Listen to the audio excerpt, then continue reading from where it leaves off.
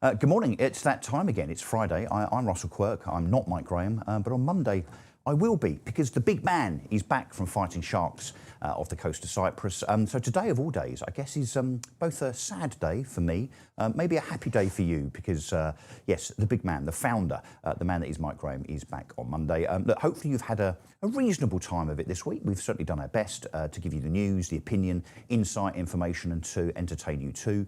I can't promise the same as yesterday with Kelvin Mackenzie nearly having a stroke live on YouTube. He is okay, by the way. We've checked in on Kelvin Mackenzie to make sure that he is, I was going to say sane. I think that ship sailed some time ago. Anyway, what a laugh that was. Today we'll try and bring you similar, but without people falling on the floor, banging desks and shouting and screaming.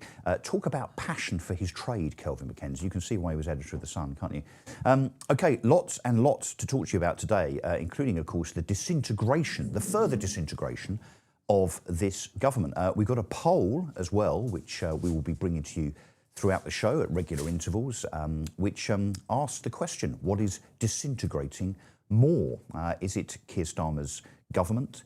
Is it our armed forces? Is it Keir Starmer's credibility? Or is it the polar ice caps? I wonder. Let's see what you think later on. Okay, packed show full of guests as usual. Brilliant guest lineup. Quite diverse, I have to say, in terms of background and specialism. Colonel Bob Stewart joins us at 7:40. So he is a decorated former British Army officer, commanded the UN contingent in Bosnia between 92 and 93, was Conservative MP for Beckenham, and of course is a regular spokesperson on all things defence, NATO and foreign policy. So he should know his stuff when it comes to talking about John Healey and Carns, who of course have resigned in the last few hours from Keir Starmer's government. I think that's about the 8th or 9th in 5 or 6 weeks in terms of government resignations. Kane Blackwell's coming in to speak on behalf of Liz Truss. Maybe we'll ring Liz and see why she's not here. And talking about censorship and lots of people on the right of the political spectrum that are being told by this government that they are not welcome here because they have views that the government doesn't like. What could possibly go wrong? Alexandra Marshall, we're going to talk to her about the under-16 social media ban, which I think is abhorrent. I'm old-fashioned. I think that parents should decide what happens to their kids rather than the state. Godfrey Bloom, he is definitely a favourite. That's going to be fun at 8:25. When I saw the next name, given that I'm a Formula One fan, I thought this was Ralf Schumacher. It's not. It's Ralf Schollhammer, which is similar, but not the same person. And he's an Austrian political theorist. So we're going to be talking to him about government and Iran, which seems to be a bit of a yo-yo now, doesn't it, in terms of Donald Trump deciding to bomb it, then not bomb it, bomb it, then not bomb it. Jasmine Birtles, we will have literally in the next minute or two, gallery, the latest GDP figures to show how the economy is doing. Is Rachel Reeves right? Is everything all tickety-boo when it comes to the growth in our economy? Well, it might be compared to the lackadaisical performance of France and Germany, but actually in historic terms, not so good. And we also have Jeff Banks. Good job I put a tie on. I don't know if the gallery here, Pooch and others, are trying to tell me something. Jeff Banks, who's the sartorial expert that you'll remember, is coming in to talk about his designer's verdict on Britain. I'll have to straighten my tie, as Mike Graham often does. And then at 9:40, Bishop Kai Duar, who will be giving his State of the Country sermon. But talking of historians and things all historic, my first and surely most important guest is my paper reviewer, as always happens on a Friday, Rafe Hadel-Manku. Good morning. Good morning. Great to be with you on your final show, but not forever, we hope. Well, I'm apparently doing something next week. We'll see. We're UK Live, which obviously is the channel that goes live under the banner of Pooch and Mike Graham here as an extension of all that is the Mike Graham show for the last 6 months. So that's going to go fantastically well, I'm sure. And I'm sure you'll be invited on by the respective presenters on that channel. You were up late, apparently, doing some punditry at very early hours. Yes, I was explaining to the Canadians precisely what's going on in this country, because everyone is wondering whether Britain is actually on the fast road to hell, and whether we can get out of this morass and back into broad sunlit upland. So everybody is looking at Britain as a canary in the coal mine, essentially, for what's going to happen to the rest of the West. Are they laughing at us, Rafe? They're bemused. I think they're really heartbroken because, of course, they view Britain as the mother country. You know, Canada, Australia, New Zealand, these are our three greatest friends, allies. cousins, well, brothers, I would say. America's a cousin, and many people have ancestors and relatives in the UK, and so they're distraught to see this thing happening. But it seems to be a mother that's an alcoholic wandering down the streets in her slippers and her dressing gown, trying to find the nearest casino or gambling institution. You know, the sort of mother that people poke fun at in the street, that kind of mother. Yes, but the Canadians and others are worried that it might be genetic. Actually, because they can see eerie symptoms of the same. The early morning drinking began a long time ago in Canada. Yeah. So look, we're going to talk about predominantly, of course, what's happened overnight, which is the resignation of the Defence Minister, John Healey, who has been in post for some time, even as a shadow Defence Minister before the Labour government came to power in July 2024, followed very, very quickly last night by Carns, who's the Armed Forces Minister, who apparently an hour before he resigned was out there trying to defend Keir Starmer, but of course must have gone back into his office in Portcullis House and thought, I really can't do this, and therefore duly resigned. We are on Minister Watch, as you know. We just had the conversation before the cameras started rolling. There may well be others. We don't know. I think PPS also has resigned. That's so I think right. there's actually been 3 resignations. So we'll talk about that. And the implications, I guess, both on government, but also on the defence of the realm, because, of course, this is all about the fact that Keir Starmer genuinely, and there's no other way of cutting this, seems to see welfare and net zero and foreign aid, so giving our money, 8 billion a year to other countries, as more important than our armed forces and the defence of the British public. I would go further. I would say he doesn't think that, but that he's acting now not in the national self-interest, but in his own self-interest. And I think he is deliberately putting far-left ideology ahead of Britain's national interest in order to placate his backbenchers. And I think it also goes, I think he also does believe that actually it's important to spend on defence, but it shows you how weak and ineffectual he is, that he is being reined in by Rachel Reeves, by the Treasury. He had a choice. He could have chosen to side with his Defence Secretary, but instead he sided with his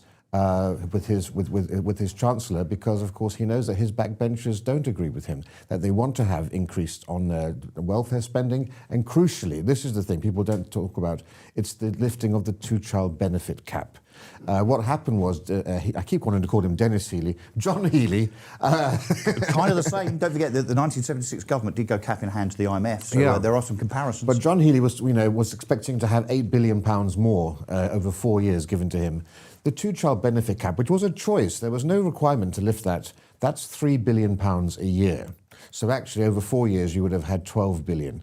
So this was a clear decision to actually give money, £5,000 extra to 500,000 families, rather than look after the interests of the nation. Now, Keir Starmer has said so many times, the first priority of any government is the security of the British people and the British nation. Well, he's failed on that on multiple counts, because anyone who's seen what happened to Henry Novak, anyone who's seen what's happened in Belfast will see that in terms of migration or of asylum seekers, he's failed on that front. But now actually, when it comes to foreign aggressors, I used to be really proud of the fact that Britain stood tall in terms of our defence spending. It was just, 10, 15 years ago, we were the number 3 country in the world in terms of NATO spending as a percentage of GDP.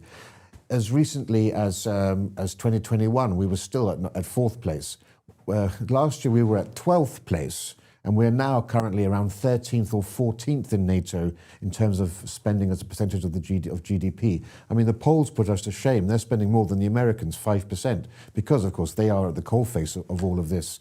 This is a huge wake-up call. We aren't able to defend ourselves. We have the smallest army since the Napoleonic times. Well, our army now wouldn't fit into Wembley, would it? No. Sorry, it would fit in with spare seats. Well, I would say we have 40,000 people on the MI5 terror watch list. That's half this, and most of them are Muslim. That's half the size of the full-time British Army. Yeah. This is a crisis we have to face. We've got the inability to service our jets, our planes, but also, of course, our jets and planes are vulnerable to the one thing we don't have enough of, and that's drone technology, AI. This stuff is so cheap and can destroy our big prize assets. We've got these stonking great aircraft carriers, but they're not much use when you don't have enough planes to put on them. All of our priority in our defence spending is gone. We need to also, of course, have much greater spending. In the 1950s, we were spending 7% of our GDP on defence. At the end of the Second World War and at the beginning of the Cold War, because we saw that the East were a threat, which they again are. Exactly. Well, during the Cold War, we were spending 4 to 5% of GDP, and we have just spent that Cold War ending dividend on welfare, on the welfare system. And let's just remember how much of that welfare spending goes on people who are suffering from anxiety, mental health issues. Many of them simply just never recovered from COVID. ADHD, tennis elbow, all of this sort of Tourette's. thing. And, it's time that we had those hard discussions. We do not have the ability now to be so generous. I've just heard in my ear that we actually have footage from a camera, a secret camera that was placed in Whitehall yesterday, which it looks like has actually recorded the resignation of John Healey. I can't believe this. Can we play this? Oh, I don't know how much longer I can take this. Defence spending is so unnaturally low and we're prioritising welfare. It's just not right, Pike. Why don't you resign then, Captain Heedler? By God, you are right. I should call Keir immediately and tell him I am going, but he's become awfully scary lately. What do you mean, Captain? Well, after recognising Palestine and refusing to support Israel and America, he has grown a moustache and began wearing uniforms. I am worried about him and have referred to Prevent. I think you better give him a call then, Captain. I think you're right, Pike.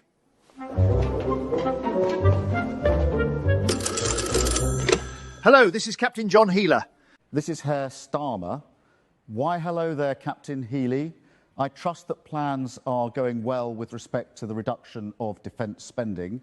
I am calling to tell you that Nearby resigned from office due to this utter mess you've created. What? How dare you? We had a plan, John, and you were integral to it. You have betrayed me. I don't care. Goodbye, Keel.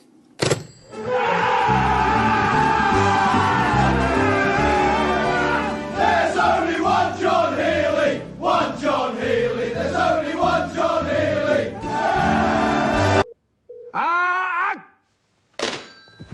Who will be my defense secretary now? I'll be your defence secretary, Keir. I'm good at prioritising welfare spending over defence, after all.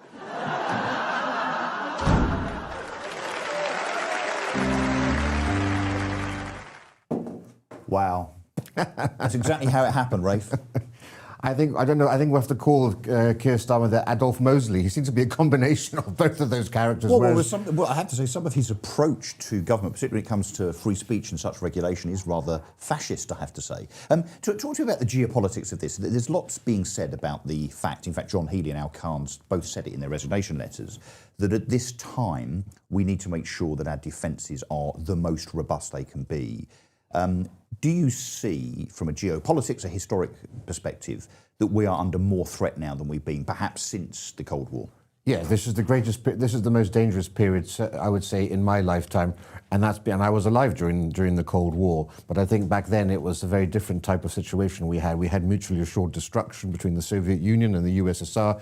Each could eliminate the other. That sort of tempered feelings and so forth. But now we live in an era where we have much more nuclear proliferation. Before we've got terror actors, but crucially, of course, we now have hybrid warfare. We have a very different type of warfare. It's not just tanks rolling across borders. It's now very much cyber warfare. It's attacking our infrastructure, cutting our pipelines and other things like that. It's a much more precarious world. And of course, when you have AI technology plus quantum computing, which is the next great leap forward for computing, and the CIA says once these quantum computers come out, the CIA, the FBI's most secure codes could be broken in seconds. It's a very, very different world that we're in, and we need to rise to the challenge. And unfortunately, we're still spending for 1990s and 2000s type of technology. We haven't fully embraced what needs to be done.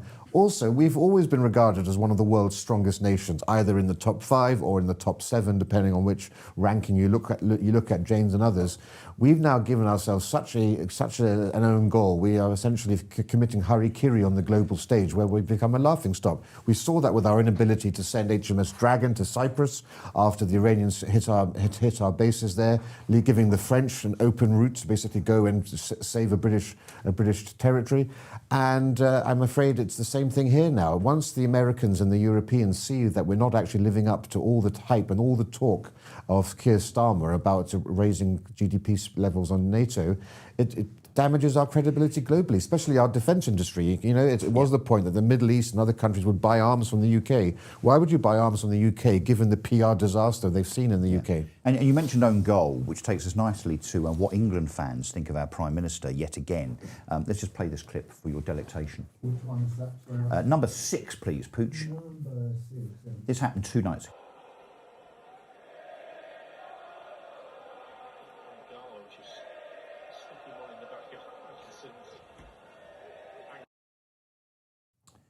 So yeah, I don't know if you can hear that. You can kind of join the dots. I think the word that is operative in that particular chant has been kind of muted slightly, just in case people are offended.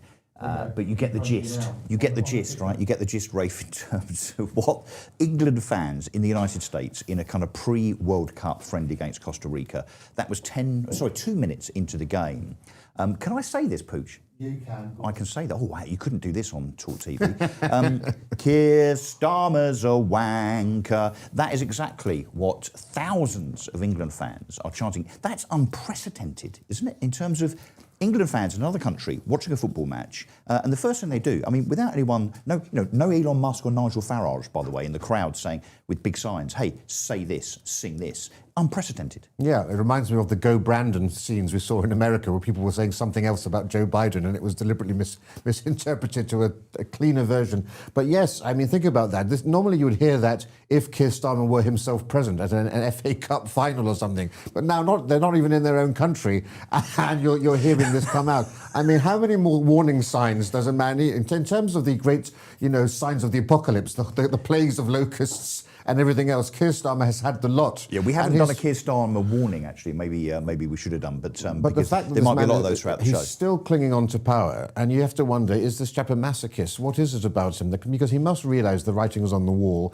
It looks as if, Andy Burnham has got a very good chance of winning in Makerfield. We hope not. We hope we can unite the right before no thanks to Restore. And the reality is, if all the polling shows that Starmer miraculously would beat Miliband, would beat Streeting, would beat Rayner, but will not beat Burnham. So we have to accept the reality that, of course, Burnham will likely become the next Prime Minister if he wins Makerfield, which, of course, as noble as the resignation of the Honourable John Healey was, I'm sure a lot of that was also thinking that actually there'll be a new boss in town. Well, I was going to say, we talked about this before we went on air. Do you think there's more to this? Do you think this is strategic from the point of view of John Healey? So John Healey has been in and out of government for many, many years. He was Housing Secretary, actually, up until 2010. The worst Housing Secretary, actually, that we've ever had in terms of the amount of properties, new dwellings built under a housing secretary's tenure. But putting that to one side for a second, he's been in and out of government a lot. He's very well respected. He's, despite what I just said about his housing tenure, a reasonably capable politician. So obviously it's a scalp, and it's very, very bad news in terms of him seemingly not doing this for political purposes. But do you think he has got his eye on a prize, which is Andy Burnham might win on Thursday in Makerfield? He then immediately becomes Prime Minister, well, not immediately, after due process has ensued. John Healey thinks, well, if I distance myself from the hapless Keir Starmer now, maybe I'll get a job in government again. And maybe he's already done a deal with Andy Burnham, who is guaranteed to increase defence spending. So cynical about a politician, really. I know. You're absolutely right. John Healey stands head and shoulders above many of his colleagues and peers there. This is a serious politician who's been in frontline politics since the era of Blair, has held various cabinet posts. He's actually been, I would say, a fairly decent defence secretary, and he's actually been able to do a masterstroke here, killing two birds with one stone, because, yes, he's managed to suddenly put an issue which he's very concerned about, defence, onto the front pages. This is now an issue which is going to embarrass, may result in some sort of U-turn or other from the Labour government, and coincidentally, it also helps him politically, because, of course, if Burnham does come in, he does want someone who is respected, is seen as a stabilising force, a bit of a unifier, but somebody who's also very serious. And if you want gravitas, where people are accusing you of being a too radical left-wing and out of touch with reality, John Healey's the sort of person you want on board. We should also turn our attention to the actual letter that John Healey sent. This has been described, actually, by Tom Peck in the Times this morning as a weapon of mass destruction delivered on House of Commons notepaper. I mean, what a fantastic quote. But this is the letter, this is a bit of it, that John Healey sent yesterday afternoon to Keir Starmer. He talks about the excellent and extensive cross-government work that completed in January that was overseen by you, Prime Minister, me and the Chancellor, which confirmed the scale of the challenge and the rising demands on defence. Okay, I think that's unequivocal. I mean, I think everyone accepts the need for increased spending on defence.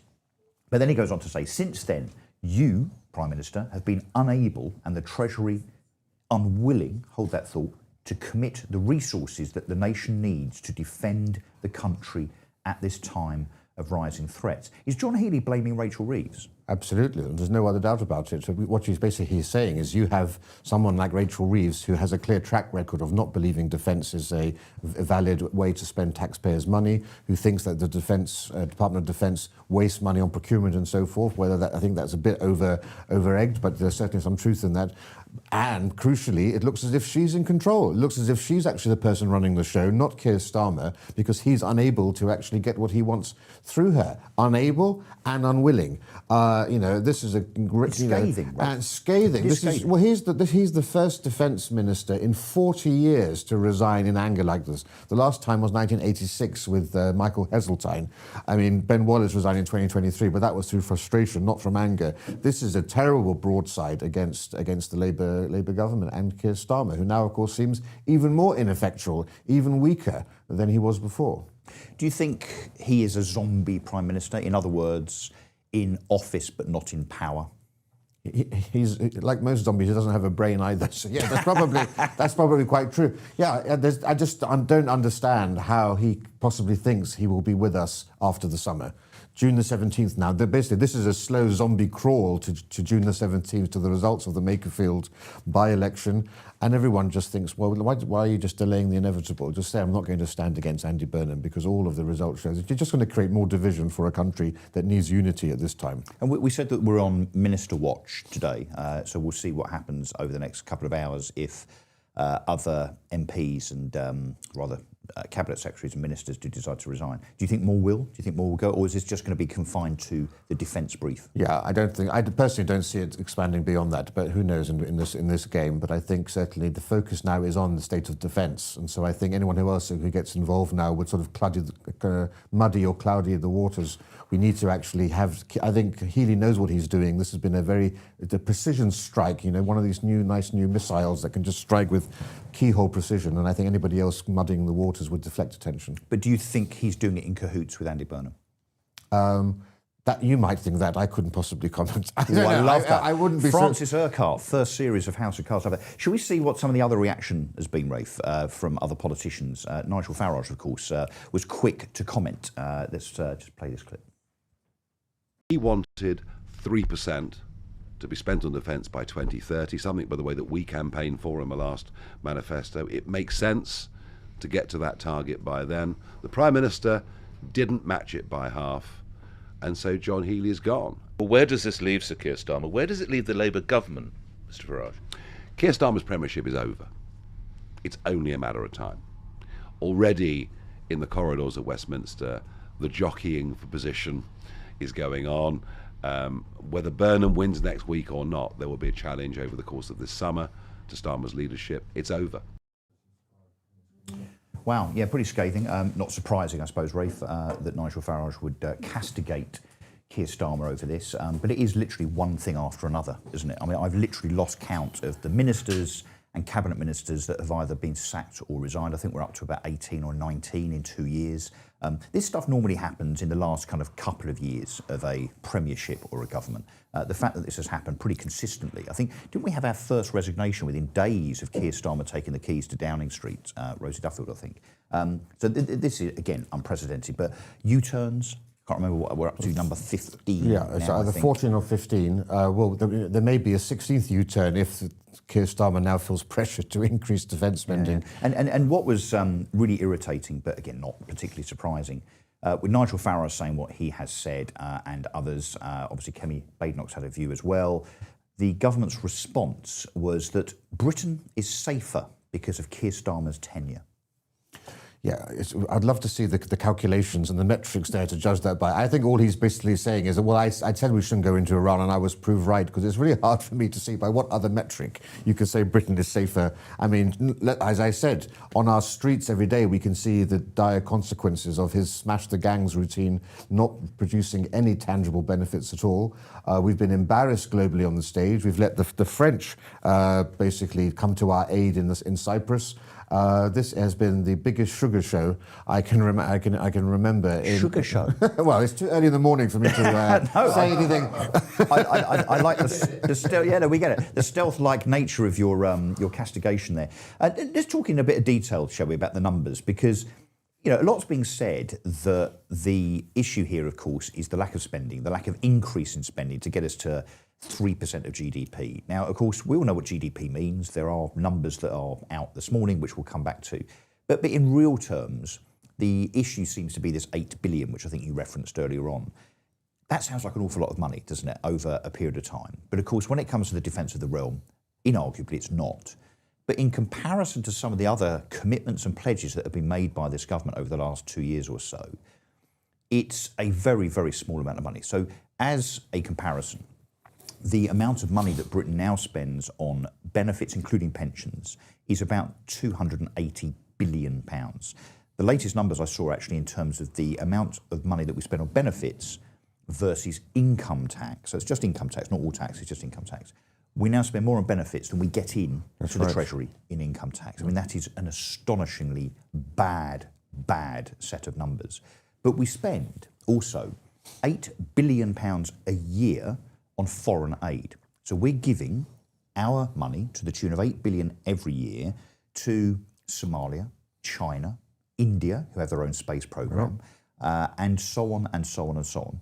Billions and billions of pounds to help them. Often that money doesn't go to the right places. It goes to the dictators, or it goes to the gangs, or whoever are really in control of such things. Or it goes to lesbian Punch and Judy shows in Nicaragua, or whatever. And I'm not even joking, that's probably a thing.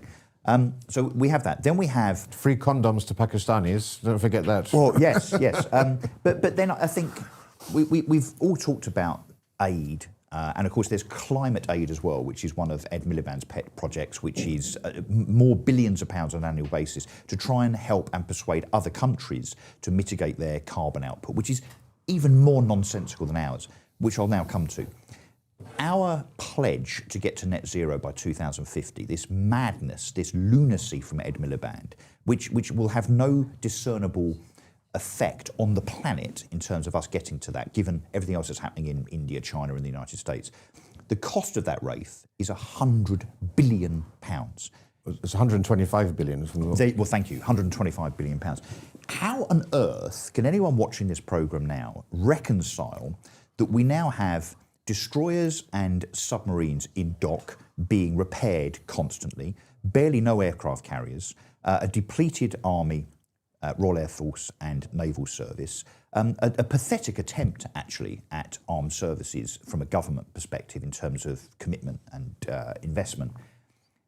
And we can't find, despite the fact that we're spending literally tens of billions of pounds on giving other people money and on kind of sixth form politics type ideological projects, how on earth can the government be in a position where they're now losing ministers and cabinet secretaries left, right and centre because they can't balance the books to what is relatively a very, very small amount of money? Yeah, well, this is the crux of the issue. This is not about affordability. This is not that the British state cannot afford to fund defence. This is about choices. And the choices are those of a government that, again, I will say, puts far-left ideology ahead of Britain's national interest. I mean, that should be grounds for immediate expulsion from office. What we had here was essentially at the cabinet, John Healey could not get his defence review spending review through the cabinet. Why? Well, they went to Ed Miliband and they said to Ed Miliband, "You have 125 billion on net zero. You're concerned about the future of the world. Well, what about the future of the world if it's all blown up by rogue actors?" He wouldn't yield. He wouldn't give away anything. He said, "I can't afford to give one penny away from my thing." Same thing with the welfare budget. Look at this: 5 billion a year that's spent on migrant hotels. Yep. Look at what HS2. How much money you could easily fund that 8 billion for shortfall if you just basically had scrapped HS2 long ago as well. There is money there. 8 billion in a government that spends over £1 trillion a year on is spent of money. Yes, you can find 8 billion. This is all about choices, and it's even worse because Keir Starmer knows the threat. He's given so many speeches. I'm sure he realised that this is embarrassing for him, that it's taken him a year to try to get this through the cabinet. But he buckled. He has again taken the knee to his far left backbench MPs. Yes. Talking of GDP, where this whole debate is framed around the percentage of money that is spent on defence versus our economy's value, GDP growth. This morning there have been GDP numbers released by the Treasury, and they are now on screen, as you can see. And also already the newspapers reporting on this, very early numbers, that the economy contracted by 0.1% in April. So these are the latest numbers, but they relate to April because obviously it takes the mathematicians apparently a number of weeks to work out what our GDP is. Often revised, by the way, but for now, the UK economy contracted, it seems, by 0.1%. And what they're blaming, Rafe, of course, here we go, here's the cover. Higher energy prices caused by the Middle East conflict versus a 3% rise in March. Well, I don't buy that. I'm no economist. And of course, this week we have had lots of economists on. Be good if, and in fact, we've got Jasmine Birtles on later on that will be talking extensively about the implications of this. But we are contracting. Our economy is getting smaller at the hands of Rachel Reeves, who, despite her protestations and her gaslighting about how well we're doing relative to, I don't know, Papua New Guinea or wherever, we are not in a good place, Rafe.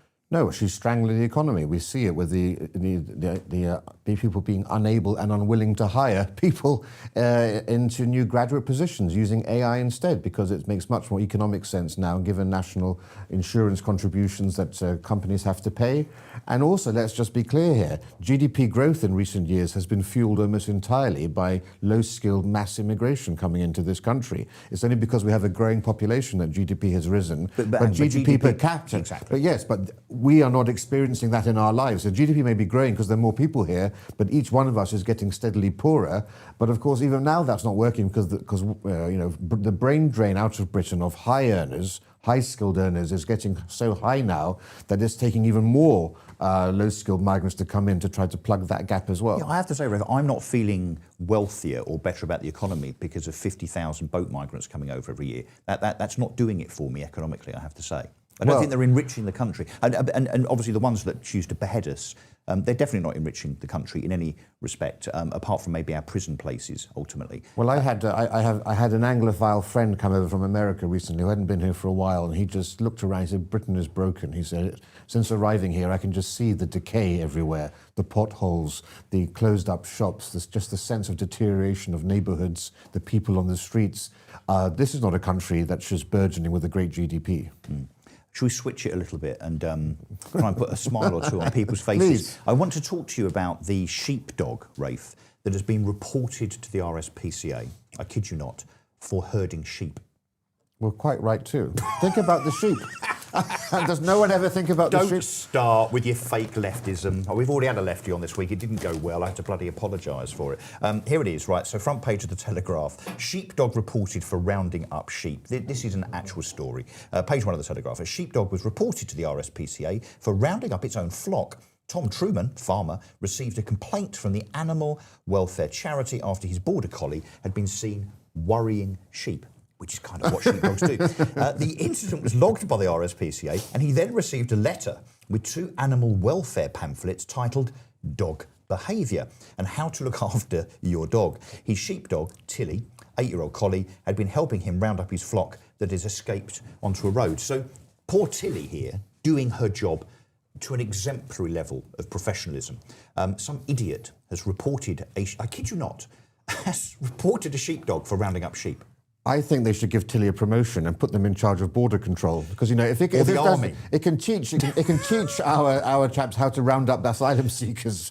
We need to have some common sense here again, and that just boggles the mind of what actually goes through people's brains. Did this happen 20 years ago? This is what I don't understand. Maybe we need to bring back One Man and His Dog on the BBC Two. We used to have. Do you remember? Used to watch on a Sunday afternoon sheepdog trials. It's fabulous. That was very therapeutic. But I just wonder whether we were always like this, or what happened. When did people's brains start to go to mulch? Well, whose brain's worse here? The person that's reported this, so sitting in their car watching all these sheep worrying motorists, frankly, and then the sheepdog pops along and actually rounds them up very professionally, and off they go back into the field.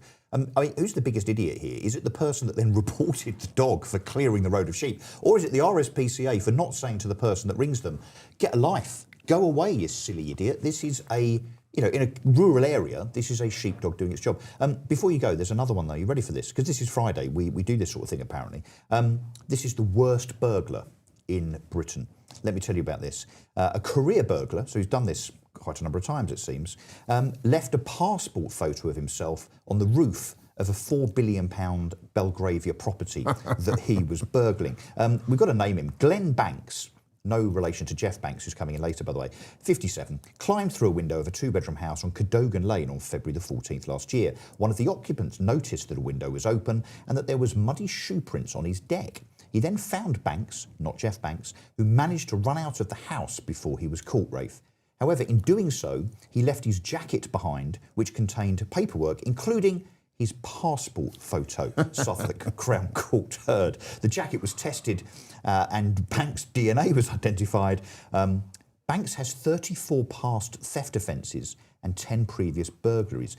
He was sentenced to 28 months in prison by Judge Hales. How long is he going to do you think? Do you think he'll be out by Tuesday? Well, if you're a career criminal and that's your record, you might think about changing. You're going to see a job advisor. But this just reminds me, I mean, I remember this, there was another chap who went into a bank and he was a mute. So he wrote his note on a piece of paper, unaware that it had his unemployment documents on the other side with his name and address on Rafe, it. I've just noticed, sorry, this gets worse. 11 days before that raid, so on February the 3rd last year, Banks had been spared jail by a different judge, Judge Sally Ann Hales, after he stole Louis Vuitton and Celine or Celine handbags, along with a necklace, wallets, AirPods and £150 during a break-in at a £12 million property in Knightsbridge. So let's be clear here. This career burglar, career being the operative word, burgled another property, went to court, was let off, and a few days later just burgled another. It's almost like letting people off isn't a deterrent, Rafe. Well, you sort of think about Bill Clinton bringing in that 3 strikes and you're out type policy. You know, there should be some sort of system where if you have committed multiple types of crime like this, you do go away for a very, very long time indeed, because obviously the rate of recidivism, he's not going to learn his lesson. He is incurable from this. Is he a kleptomaniac? He's a drug addict, apparently. But I like the other chap though who robbed a house, and the person he was robbing had his laptop on, so he checked into Facebook, logged into his Facebook account, and then forgot to log out, and then left the property. So there are numerous stories. You could have an whole episode on crazy burglars. Along with the attitude, the correct attitude, by the way, of England fans against Costa Rica in the United States. Sheepdogs being reported for rounding up sheep. A light-hearted end to your session here. You're going back to bed, aren't you? Going back to sleep. Get 40 winks before the next thing starts. Good for you. Brilliant, Rafe. Thank you very much indeed. Okay, I think we have another guest. Are we doing news? Is Edward around? What do you want to do? Yes. Should we do some news? Morning. I'm Fiona MacLeod. In a major blow to Prime Minister Keir Starmer, Defence Secretary John Healey has resigned, criticising insufficient military funding and warning it puts UK security at risk. Armed Forces Minister Al Carns followed suit shortly after, deepening the government crisis. In Northern Ireland, anti-immigration unrest continues in Belfast after a knife attack allegedly by a Sudanese asylum seeker. Police deployed water cannons on a second night of riots, with arrests and injuries reported. The victim's family urged calm and against using the tragedy to fuel violence. Other notes include economic contraction in April amid tax rises, while the 2026 World Cup gets underway internationally. See you later, alligators.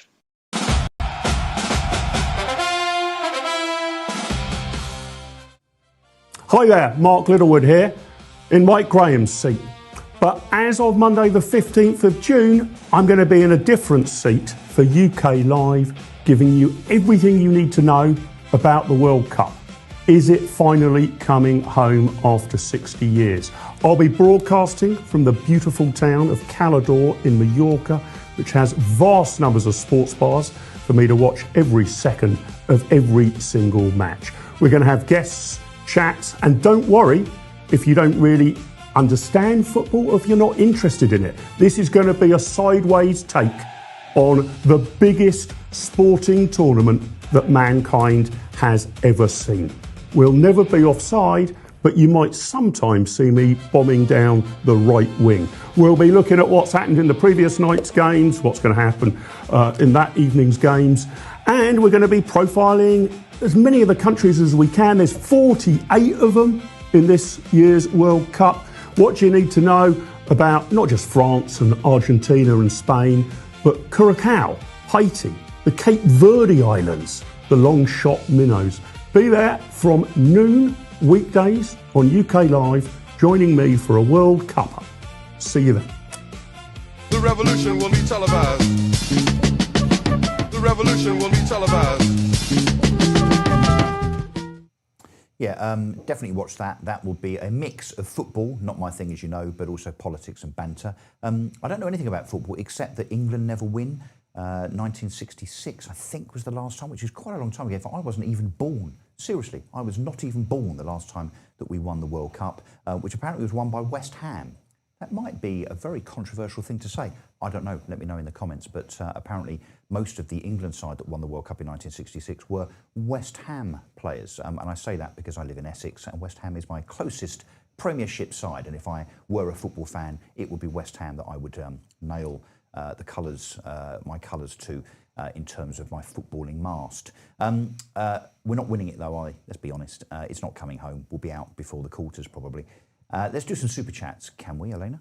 Let's have a look at this. Who is this? LTL2405. You can have a lay-in tomorrow, Russell. Do you know what? I'm going to.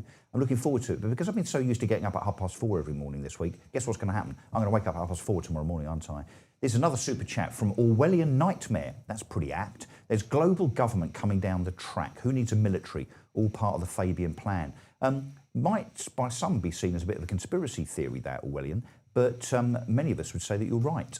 Having been in Davos last week and seeing how creepy the whole place is, yes, some of us would agree that there is a little bit too much influence by the lizard people on things like net zero globally and certainly in terms of the global economy. Any more, Elena? No, that's it. OK, that's good for now. But I'll tell you who we do have now is Colonel Bob Stewart, who I imagine, Colonel Bob, you know a little bit about defence. Well, perhaps a bit out of date, but I think I have a pretty good idea of the feel of it. Well, so if you don't mind, give us a kind of synopsis of where you are on this in terms of whether John Healey and Al Carns are justified in resigning from their defence positions on the basis that they say that we are being left almost defenceless at probably the worst time to be so. Well, they're absolutely correct. For 2 years, I've kept quiet. I've been out of politics for 2 years. I've said nothing. But having watched the parlous state of our defence at the moment, I thought it's time I actually got my bottom off my settee and started spouting again, because I am really worried about the state of our defences. You know, we cannot get ships to move. We've got submarines that can't move out of harbour. Our airplanes aren't flying. And the parlous state of our army, it's smaller than it's almost ever been before. So things are very bad indeed. And what's actually happened is that the Defence Secretary himself, who's an incredibly loyal, up till now, Labour Party member, can't take it anymore. And Al Carns, who used to be in the Royal Marines, SBS, etc., hugely decorated. I mean, with a DSO, an OB, and an MC, all actually awarded for operational stuff. He just couldn't take it anymore either. I notice, by the way, that in Al Carnes' resignation letter, he also raises the matter of legacy prosecutions, which, of course, I am very much aboard on. Too many of the men that I've served with still have court cases threatened. It's just appalling that our government continues to support this sort of hounding of our armed forces. So it's not just money, which it is, of course. I mean, we're talking about them giving about a third of what the amount they should be giving the defence, but it's also the way actually the government deals with our armed servicemen and particularly the veterans in this point.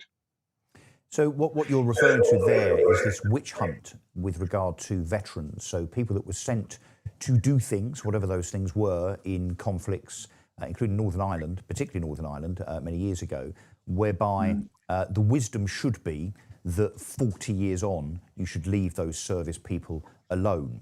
They were doing what they were told to do, yet Keir Starmer has decided, and others in his government, to go after them. So you think that that was a big part of this as well?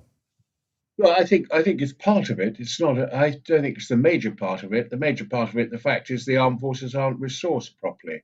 But it is a part of something that Al Carns chose to highlight in his letter because I think he's very concerned about it, as I am. I mean, I've had to deal with soldiers. I remember two soldiers in particular saying to me, "For God's sake, sir, we only did our job. What the hell are you talking about us having to go to court?" I said at the time, and I'm talking about the late 80s, or yeah, the late 70s, I told these two soldiers that if they went to court and proved themselves not guilty, they'd never be brought to court again, and that would be the end of it. I was wrong. They are actually making double jeopardy come back in. So people are appearing in court repeatedly. That's appalling. Um, I mean, I've been writing about this too in a book I've just been writing, Both Feet In, which, as it happens, is being published this week. And I've got a skin. I've got a skin in this fight too. I mean, two of my children are serving in the armed forces, and I've got a son-in-law who's also flying in the Royal Air Force. So I feel very, very strongly about the fact that our armed forces aren't being properly dealt with. They're not being properly resourced. But key to it, Starmer keeps repeating. He keeps saying defence is the highest priority. I've seen that overnight. They've been putting on the news medias Starmer promising that defence is the highest priority. It is. It is the highest priority of the Prime Minister. It is above welfare. It is above, anything to do with net zero, for goodness sake. It's above giving out money to people who have come to this country illegally and looking after them, in gold plate. Frankly, defence is the first duty of government, and it's not being done at the moment. And Starmer is responsible. No one else. He's the Prime Minister. The buck stops there. But Colonel Bob, it's very easy for a gaslighting Prime Minister to say what we want to hear. I mean, he does that a lot, doesn't he? And has done since before being elected in July 2024. But the data, and indeed his actions in terms of not supporting the recommendations in terms of the increase in defence spending, the data and his actions speak volumes. They tell us exactly what his attitude is, and no doubt fueled by a very left-wing backbench that he is, of course, very scared of currently, because it'll be those very MPs that decide to bounce him out of Downing Street in a few weeks' time. And I mean, of course, it's too late for him to try and placate them. That is exactly, I think, what he's trying to do here, because the extremities of the Labour Party simply don't believe in the defence of our realm. They perhaps think that we should be friends with the likes of Iran and China and so on. But in perspective, of course, you say that he says there's a priority here, the priority. But in number terms, you talk about net zero. I was just rehearsing this with Rafe just now. The amount of money that we spend on foreign aid is the same pretty much as what we're asking for in terms of extra defence spending. In fact, it's more, because the 8 billion, I think, that John Healey is referring to is over 4 years, whereas we spent 8 billion each year on foreign aid, plus about another 10 billion on foreign climate aid. But you hit the nail on the head, sir, I think, when you talked about the net zero project. Now, net zero isn't protecting anybody. And if anybody thinks that windmills and solar panels and fairy farts and goblin breath, frankly, are the elements that are going to fuel this country as it grows, particularly with immigration coming into this country as it is, well, then they are, let's just say, I'm going to be kind here, as it's first thing in the morning, they are sorely naive and mistaken. But of course, we have a Prime Minister that seems to be kicked around by his cabinet, including Ed Miliband and his backbenchers. He is clearly set on spending more money on welfare, that's one priority, and more money on net zero, that's another priority. Why does he keep lying to us, Colonel Bob? Because he wants to keep in power. And, he totally understands that he's only in power because the backbenchers are allowing it. And when this Makerfield by-election is passed, and it looks like Andy Burnham is going to win it, and he comes into Westminster and presumably mounts a challenge to Starmer, and if he wins it, I can't see things changing at all, because the backbenchers won't have changed. and they will still be demanding their pound of flesh, and their pound of flesh, frankly, involves things like benefits and net zero. And defence does not seem to matter to so many members of the Labour Party who are sitting on the back benches. I mean, it bloody well should do, because it is actually the thing that allows us to live properly and have decent lives. And defence odd. is crucial. It's odd, isn't it, that we have a prime minister that has flown around the world purporting to be a world statesman, probably more than anybody else that we've had in Downing Street, wanting to be on the world stage, particularly when it comes to conflicts in Gaza and the Ukraine and so on. So you would imagine that this man kind of understands what the world looks like from a conflict perspective. Yet when he jumps back on the plane and gets back into his cosy Downing Street study inside his Westminster bubble, seems to forget everything that he's seen, heard and learned about the threats that face the world and indeed Britain from China, Iran, North Korea, from terrorism and so on. It's astonishingly cloth-eared and stupid. Well, from his point of view, I mean, he's desperate to stay in number 10 Downing Street. He in order to get him out, we'll have to use a sort of hammer and chisel, it seems. But if he goes, and we still have a Labour government with the same backbenchers who are hell-bent on actually beefing up the sort of benefits bill and beefing up net zero and destroying our way of life, because actually it costs those people that pay tax more and more, and those people that don't seem to pay tax are the sort of people who I suspect are all in favour of the Labour Party at the moment. It's sad because, our country is such a great country and we've got to sort it out. And the only way it can be sorted out, in my view, is to have another general election. But sure as hell, all those sort of people who are suggesting there might be a general election, I don't see that at all. All I see is that actually we're going to be stuck with a Labour government for the next 3 years, and we're going to progressively get poorer and poorer, and our defences are going to get worse and worse. Yeah, spoken like a true small C Conservative there, Colonel Bob. Andy Burnham, I think I'm of a course. big C Conservative, actually. Well, no, but you're a rarity, Bob. You're both. You're a small C Conservative that happens to still be a member of the big C Conservative Party. Many in your party, I'm afraid, sir, are not small C Conservatives at all. But anyway, I didn't intend to have that debate with you this morning.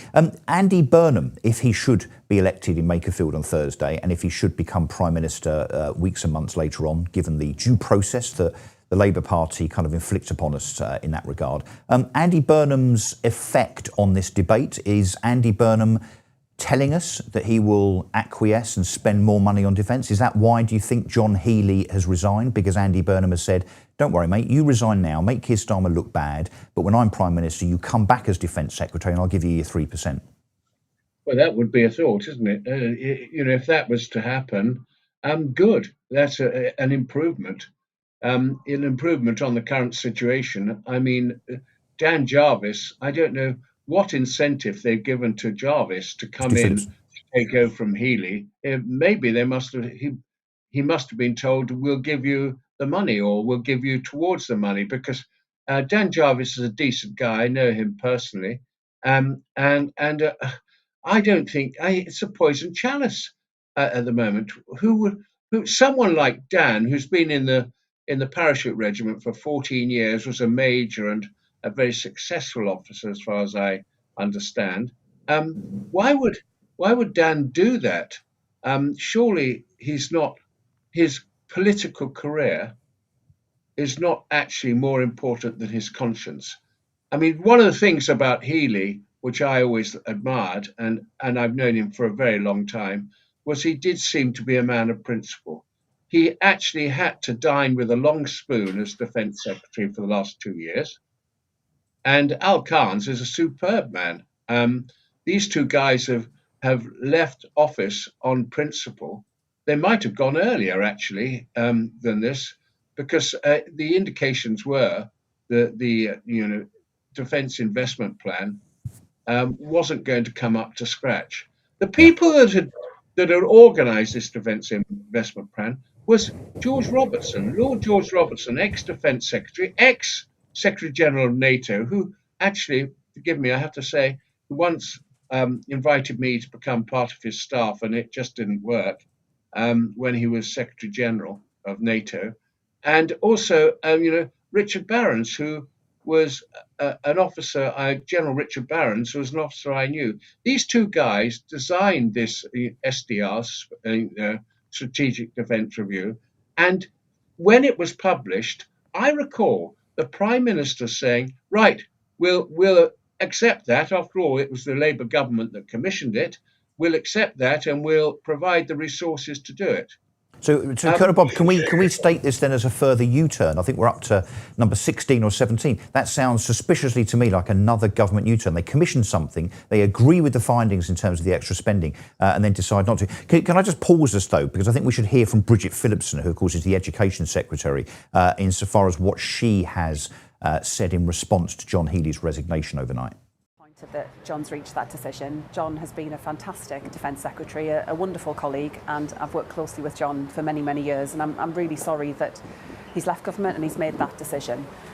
I do know, however, that we are investing record amounts into defence, the biggest uplift in funding since the Cold War, alongside big investment in schemes and programmes and initiatives that will protect our country and keep us safe for many years into the future, whether that's the investment on the Clyde, whether that's through new Typhoons, and also by increasing armed forces pay. Those are all big changes that this Labour government has delivered, and I'm sorry that John won't be with us as we take that forward. Yes, look, another Labour apologist. Well, Al Carns, Colonel Bob, was an apologist yesterday at about 7:30 and came out in defence, no pun intended, of the government versus John Healey's resignation, then an hour later resigned. Yeah, I mean, I wonder if there's any connection with the fact that Jan Jarvis was appointed Secretary of State. It may well be that he considered that he should have been Secretary of State, but I don't know. This is just speculation. Al Carns is a decent man. All three men, Carns, Jarvis, and Healey, are men of principle. They are also men that understand defence. So I just don't know. It's a real. Well, Colonel Bob, really. in your opinion, I mean, obviously, in your vast experience, both as a politician and as a military man, when was the last time that this country was fit for purpose in terms of our armed forces, our defences, whether it be budget or resources, personnel? When was the last time this country was in a good place militarily? Late 80s, I would think. Ever since then, we had, the so-called peace dividend, and immediately politicians started carving up defence with the so-called peace dividend. We lost regiments, we lost tanks, we lost aircraft, we lost ships, and we reduced the manpower in the armed forces. I mean, goodness sake, the army's now 72,000, if that. That is hugely small. The definition of an army, by the way, is 100,000. And we are, well below that. So in a way, we shouldn't say the British Army, we should say the British Self-Defence Forces or something. Well, funny enough, like a dad's army.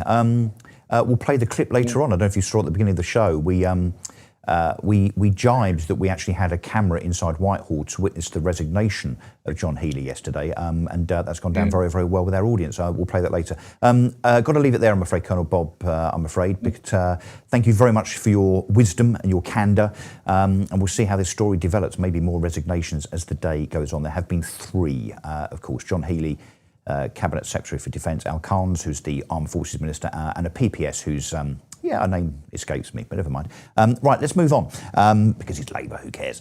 Let's move on to the next guest, which is Kane Blackwell, who is here to speak on behalf of former Prime Minister Liz Truss. Kane, welcome. Where's Liz? Good morning, how are you? I'm fine, well, mate. Liz is doing lots of other different things at the moment, but I'm here on behalf of CPAC Great Britain. which is a fantastic organisation, and we are. You got the plug in really early there, didn't you? Well, Kane? you know, that's what we got to do. I haven't finished rinsing you over the fact that our friend Liz has not graced us with her presence this morning. I hope she's not doing other broadcast outlets rather than this, because you know this is the biggest and most successful breakfast show on YouTube, don't you? Well, I'm sorry to be a substitute for Liz, but you know, I can't fill those shoes. I'm only kidding, Kane. You're brilliant. That you and I know each other. Either, but you'll be a worthy substitute. Thank you. But no, like I say, you know, I'm here on behalf of CPAC, and we are, you know, holding our event on the 16th to the 18th of July this year. And it's really, really exciting. We've got some really exciting speaker announcements. But yesterday, Liz, as many people will know, wrote to the Prime Minister asking him to lift the ban on Polish MEP Dominic Jasinski, who's been banned from Britain under these terms, these very vague terms, that he's not conducive to the public good, whatever the hell that means. But, you know, we're letting in people from God knows where in this country. And I think the problem is now that people are fed up, and free speech is under complete assault. And what we want to do at CPAC Great Britain is actually have a free and fair debate, people on the right, and actually galvanise the right behind some So, Kane, just explain to us. So, CPAC comes out of the United States. So it's the small C conservative movement and event every year where you have, you know, speakers. It's a bit of a kind of celebration of the centre right, I guess. Just explain a bit more about it. You know, what is it exactly? What's its purpose? Of course. So CPAC was actually founded in 1974, I believe, by Ronald Reagan himself. And it's really about a movement behind the conservative political parties, whether that's the Republican Party, the Conservative Party in Great Britain, or the Reform Party, you know, and all across the world. And CPAC has been exported all across the world now. You've got CPACs in Australia, in South Korea, in Japan, in Hungary, all across the world. And for the first time, we're going to be doing it in Britain, which, to be honest, it sounds crazy because, you know, conservative politics has been at the heart of Britain. This country is a conservative country, a small C conservative country. And for the very first time, we're going to have this movement that is actually going to galvanise the right behind some really key objectives, particularly around getting rid of the legacy, the Blair legacy of laws that have absolutely had a stranglehold on this country, making sure that we leave the ECHR, having those debates, but also talking about things like Bitcoin and currency freedom, but also other things like free speech and how we ensure we protect that as well. So it's an event of common sense. Liz Truss, of course, is organising it. You've got some very notable speakers, I understand, including one in particular. I was going to say it's quite close to home, but at the moment is in Cyprus. We've got many different speakers. So we have from both Conservative and Reform. So we have obviously Nigel Farage, who's going to be giving a keynote speech, which is going to be fantastic. But we've got Jacob Rees-Mogg. We've got Andrew Griffith, who's the Shadow Business Secretary. Obviously Liz Truss, and even Suella Braverman, as well as many others, including people like David Starkey, Mark Littlewood, lots of different people from across the right of the political spectrum. But you know, a lot of people ask, you know, why are you holding a conference? What is this event about? And like I keep saying, this is about galvanizing the right. It's about saving Britain and saving the West. And I believe if we save Britain, the rest of the West will follow. Because at the end of the day, Britain is the beacon. It is a shining torch for freedom, and it has been for generations. And we need to ensure that it stays that way. But it has lost its way, and we need to talk about the solutions that are actually going to get us there. So a very poignant and timely conversation, this, and indeed event, given that many are saying, I mean, I would agree, that the right of the political spectrum in Britain is split. So you have the Conservative Party that, of course, have lurched left over the last 20 or 30 years. I see the Big C Conservative brand as something that is kind of akin to kind of superpowered Liberal Democrats, frankly. That's just my opinion. Then you've got Reform, who I think are centre-right Conservatives with a small c, Thatcherite. I'm a Thatcherite. And then, of course, you have Restore and others that are, I think, quite significantly to the right of that. Do you think if the right do not unite, whatever that looks like, I'm not advocating mergers or whatever, but do you think if the right don't get their act together, and in particular in the backdrop of Makerfield, which of course is an election that is now only 6 days away, where frankly, Kane, Reform, who are set to win and should win, might not win because of the split created by Restore. What's your thoughts on that? Well, yeah, personally, I am a member of the Reform UK party. Lots of us in CPAC come from different political parties. But what I would say is, look at the math. The maths don't lie. I'm no mathematician, I can assure you that. But, if the polls are correct, then, yeah, Restore are going to hand this election to Andy Burnham. And I think that is a travesty. And that will then reignite. That will reignite the fortunes, potentially, albeit temporarily, of the Labour Party. They'll see a bounce in the polls because they'll have turned their back on not just Keir Starmer, but no doubt his front bench. So there'll be a bit of a bounce. But then it will have basically handed the narrative to the Labour Party. Whereas actually what the right should be doing is continuing to criticise a hapless left-wing socialist project, which economically, culturally, socially, from a crime and immigration perspective, is not working. And how do we get, and I say this as someone that is in the Mike Graham hot seat. I mean, as you know, I'm a Restore member, I'm a Restore councillor, but I'm not sitting here as a Reform councillor. I'm sitting here in Mike Graham's seat, trying to be objective. How do we, and maybe CPAC are a big part of this in July, how do we unite the right to ensure that not only does Andy Burnham not get in and take this country even further to the left in many respects, but also take us to a place where, if we're not careful, you'll have 50 to 60% of Britain voting for a right-wing party, so-called right-wing, Conservative, Reform or Restore. However, what will happen because of the maths is that you actually let in 2029, a government coalition of the Lib Dems, Labour and the Greens, which, honestly, Kane, I cannot think of a time in history, and I'm old enough to remember the late 1970s, when there has not been a scarier prospect for this country in every respect, socially, culturally and economically, than a government run by the extreme left. How do we fix that, Kane? I completely agree, and I think what CPAC is about is galvanising the right behind the key aims and principles of what the next government is going to have to do. And whatever that looks like and however they come to whatever agreement or whatever it is, but they need to be united behind some principles, the right as a movement.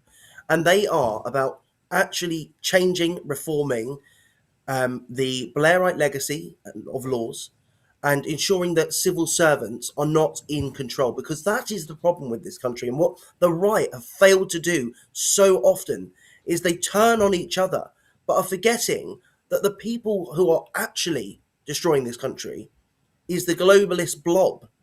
And if we don't turn our fire on them, they're going to let us keep firing on ourselves, and that's the problem.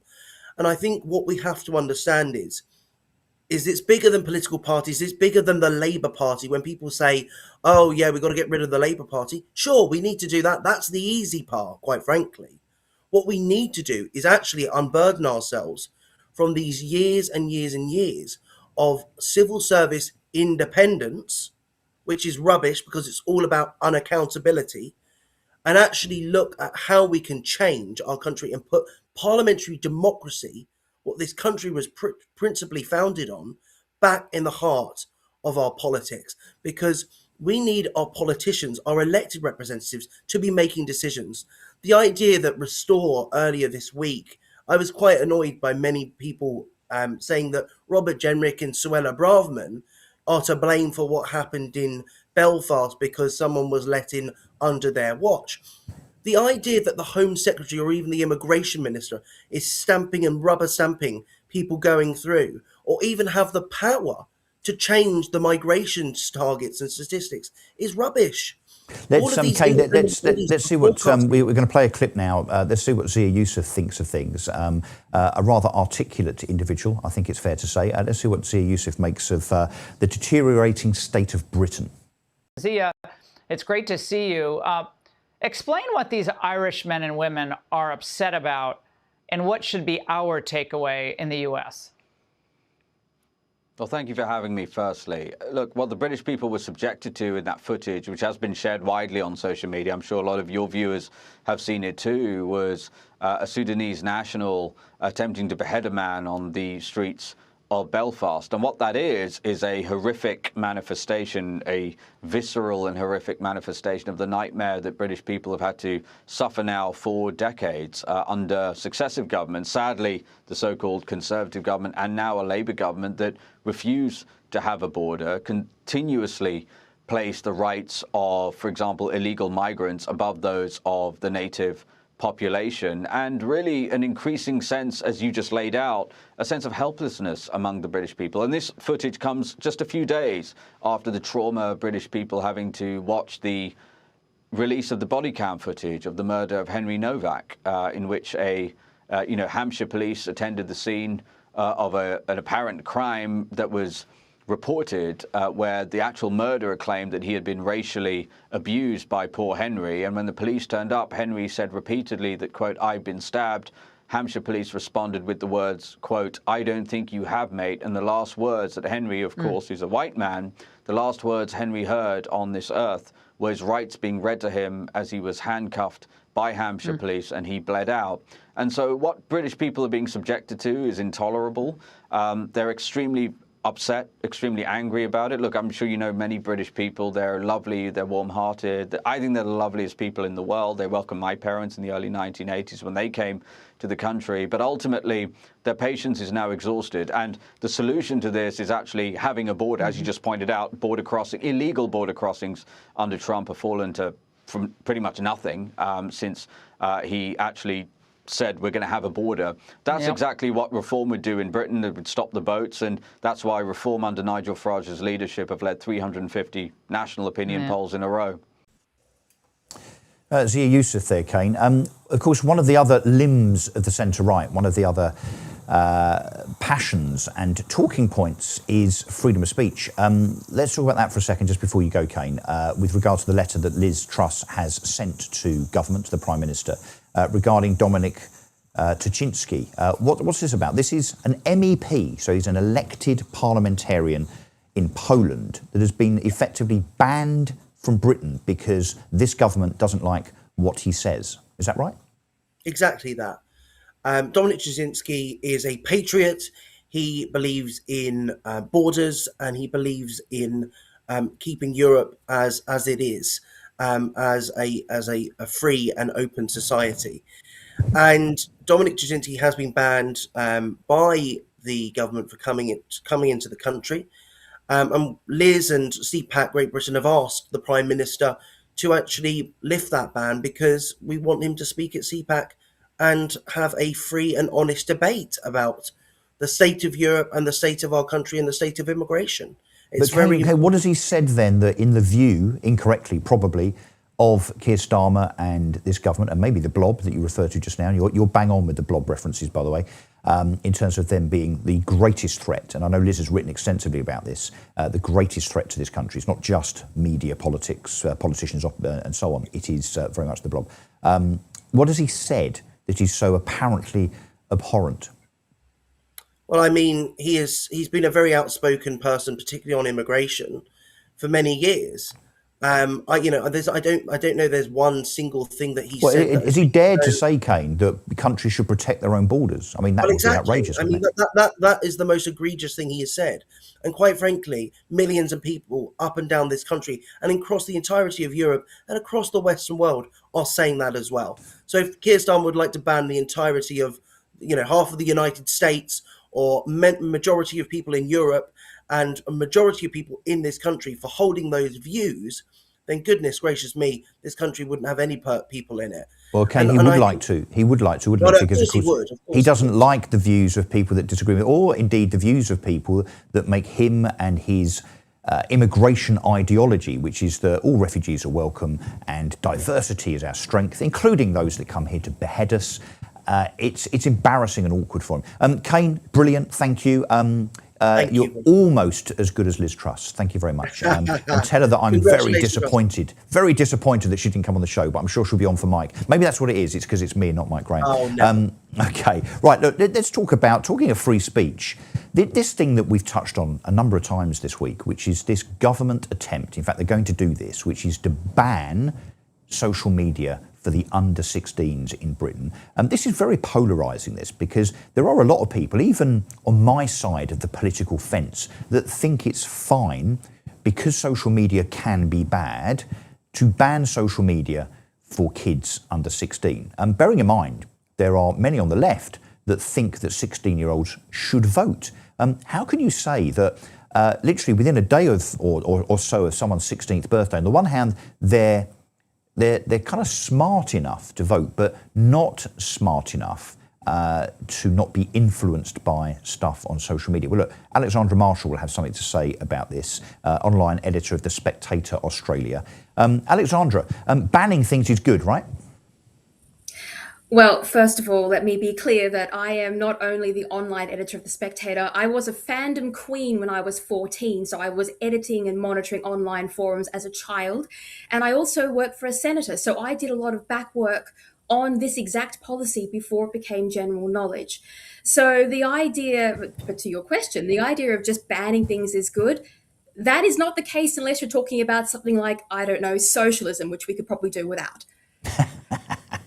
That would be great, banning socialism. No, I like socialism just to be kind of, left back in the corner, see what I did there, so that we know it's there, we can debate it, we can deride it, we can demonstrate and prove that it doesn't work. But yeah, I wouldn't seek to ban it, because I think it's, on the arguments, which these things always should be, it is not a philosophy that works, and therefore we shouldn't keep trying it. We've kept trying this in Britain since the 1970s, and guess what? It still doesn't work, the same as it didn't work in Venezuela, and it doesn't work in North Korea, and so on, and so on, and so on. But seriously, do we think that the job of the state is to tell me, as a parent of 4 kids, 3 teenage daughters, 2 of which, they'll be very thankful for this, 2 of which are now just 16, is it the government's job to tell me what my kids can do? And indeed, is it the job of the state to feed them breakfast, which is what it seems Bridget Phillipson here, the Education Secretary, seems to think is appropriate, to clean their teeth, whatever next? Parents should parent, not the state, right? Well, let's just take this back a few steps. For a start, the state doesn't actually care about child safety on social media. We've had social media for a good 10 years before politicians were remotely interested in it.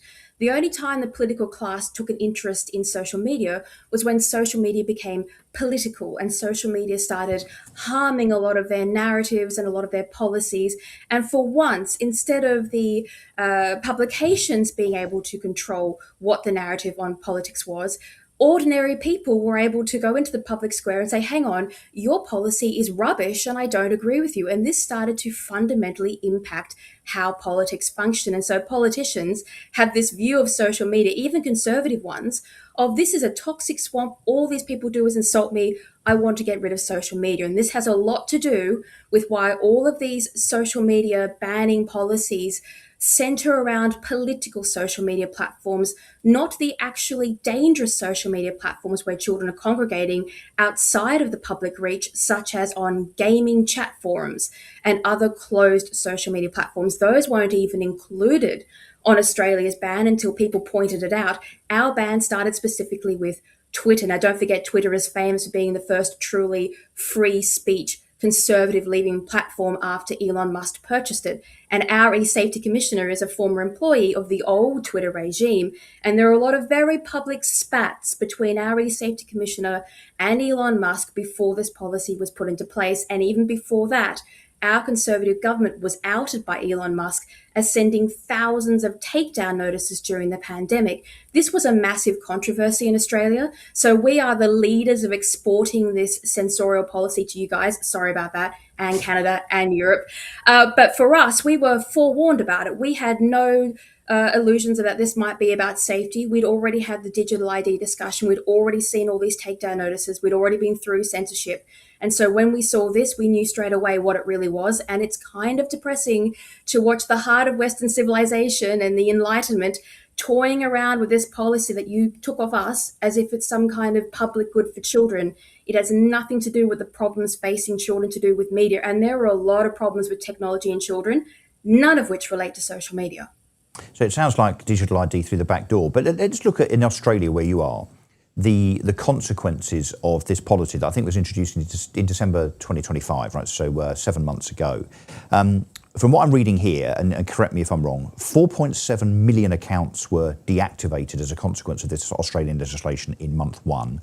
But by March, so just 3 months later, 70% of under 16s were still on banned platforms. So it didn't work. And the way they got around it was using VPNs, who knew, which are about £8 a month, of course, which effectively disguise your IP address and your identity. And parents' IDs, just logging in with your parents' credentials. But also, get this, here's the comedy aspect, using drawn-on facial hair on your ID pictures in order to get round the age check. So kids literally drawing moustaches on their own picture that apparently, is this right, fooled the censors.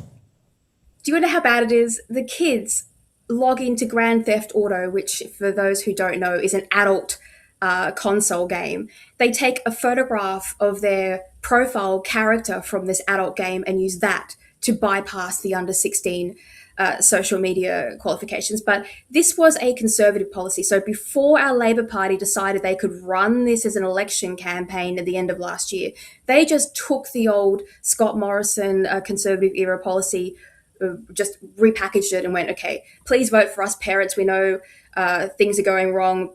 We're for the public good, do this. It was an election campaign for Australia, basically. And as for the accounts that were deactivated, they've already admitted that the vast majority of the number you quoted were either already deactive or inactive accounts, duplicates, bot accounts. They have absolutely no proof to present that those accounts belonged to children under 16, no proof. And I, for example, I run an account for our senator who I'm elected for, and TikTok said, hey, are you over 16? And I went, yep. And that was it. That was the validation for my TikTok account. Wow, that was the check. I didn't even barrier. have to go and take a weird screenshot. Okay, they asked me if I was over 16, and I said yes. Honestly, and, that cyber security is very, very impressive. So, absolutely solid, impenetrable. No one's it'd getting be like through saying, this. are you a paedophile? No. Oh, okay, great. Are you a criminal? No, absolutely not. And just taking your word for it. My goodness. So this hasn't worked.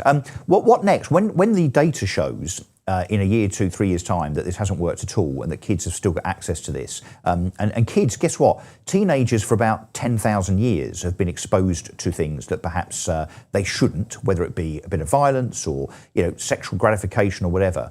What does the Australian government do next? Are they going to ban, I don't know, congregations of more than 4 teenagers, not allow them out after 9 p.m, ban swearing for teenagers? Where does this idiocy end up? I just want to get it out there that the major problem for kids these days is AI in their schoolwork, not sitting physical exams anymore, and being pushed toward online learning by the education department. Just so that's the major problem with kids these days. But for your question, the whole point of this was not to remove children from social media. It was to validate enormous fines on social media companies. So they've tried this a couple of times. They want to extract more money out of these global social media corporations, particularly Twitter and Facebook. And so the best way to do that is to offer up something that they can't possibly obey. They can't keep all of Australia's children offline, not without breaching several very severe privacy laws. So they knew they couldn't actually work within this new policy. And so they can now say, here are the new fines. Now, we had a couple of discussions, I can't remember if it was this month or last month, but recently, where they're already fielding these fines, which were talked about in the first iteration of the law. And these are enormous fines. So the point is to allow enough evidence to gather that kids are still on social media and then start making some money off them, because basically our government is completely broke. They're $1 trillion in debt, and they've already raised taxes as far as they can of people. We're all broke. And so they think, why not go after social media for the public good and child safety? What could go wrong? Well, I think in the words of Pink Floyd, leave them kids alone. I'm not going to sing it, but that is what I suggest we do. Let kids be kids. Particularly those at 15 or 16. These days, look, rightly or wrongly, they're pretty much adults, and certainly they are in terms of this government here. this Labour government wanting them to vote. They can't have it both ways, can they? Alexandra Marshall, thank you, live from Australia there. Until next time, thanks for joining me on the show. We better do some news. I did say Edward Hughes. Edward Hughes has phoned in sick, would you believe? Out last night on the RAS and not in a good place today, he says. Thanks for being honest, Ed. So we've got Fiona instead. Good morning, I'm Fiona MacLeod. In a major blow to Prime Minister Keir Starmer, Defence Secretary John Healey has resigned, criticising insufficient military funding and warning it puts UK security at risk. Armed Forces Minister Al Carns followed suit shortly after, deepening the government crisis. In Northern Ireland, anti-immigration unrest continues in Belfast after a knife attack allegedly by a Sudanese asylum seeker. Police deployed water cannons on a second night of riots, with arrests and injuries reported. The victim's family urged calm and against using the tragedy to fuel violence. Other notes include economic contraction in April amid tax rises, while the 2026 World Cup gets underway internationally. See you later, alligators. Coming soon, it's your chance to watch the fantastic Mike Graham and Friends live show from the O2 Shepherd's Bush Empire in May of this year. Many of you came and enjoyed the banter, the jokes and the serious moments as well, but many more of you were unable to join us for the memorable night. So now we want to offer you the chance to soak up the atmosphere in the comfort of your own home. Watch the brilliant Lewis MacLeod rattle through his impressions of Donald Trump, Boris Johnson, Keir Starmer, Nigel Farage, King Charles and even me, believe it or not. Chortle Intel Ladies' hilarious depictions of Angela Rayner, Hannah Spencer and Bridget Phillipson. Enjoy regular features like Plank of the Night, drink along with a special plonk presentation and the entire cast of the show. Witness the star-studded night with Carol Decker, Right Said Fred and loads of our regular guests like Will Geddes, Layla Cunningham, Russell Quirk, Marilyn Hayes, Stephen Barrett, Anna McGovern, William Yarwood, even Christo makes an appearance. To help us cover the production costs, we're charging just £10 to you. But if you're a paid subscriber to Substack or a YouTube show member, you can access the 2-hour performance for free.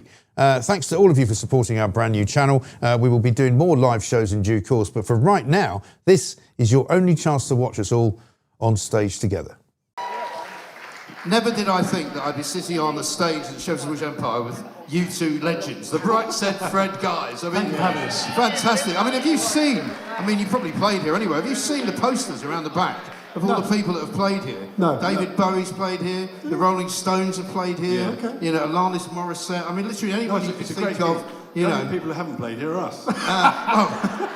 Well, it was a BBC theatre. It was, that's you true. know, the last time these guys came on my show, and you did come on very early on, thank you very much indeed, was around about the time that Macy Gray had been invited in to sing I'm Too Sexy for My Shirt, which is bloody awful, by the way. She did a really weird version of it, right? Did you like it? I thought it was good. Did you like it? I actually liked it. Did yes. you? Oh, great. You see? Sorry. What do I know? Sorry, right? but... I'll just leave. Anyway, no, but you were telling me that you wouldn't be allowed into the BBC to sing your own song because you've been blackballed by the BBC. Yes. Because of being far right. Yes. Very far right. Very far right. So far right, we're now far left. But it's extraordinary, isn't it, that the BBC, who used to say own this theatre, it used to be Terry Wogan's show theatre, that they can block a musician because they don't like what you say. Well, yes, I mean, it's not just them, it's the music industry generally is very left of centre, woke, and also the cancel culture has been is pretty evident everywhere. So this year's the busiest year we've had since COVID. So, yeah, thank you. I mean, I first met you guys during COVID, because these guys, for those, I imagine everybody sitting here knows what happened during COVID, and that you guys became very much sort of known as the anti-lockdown guys, right?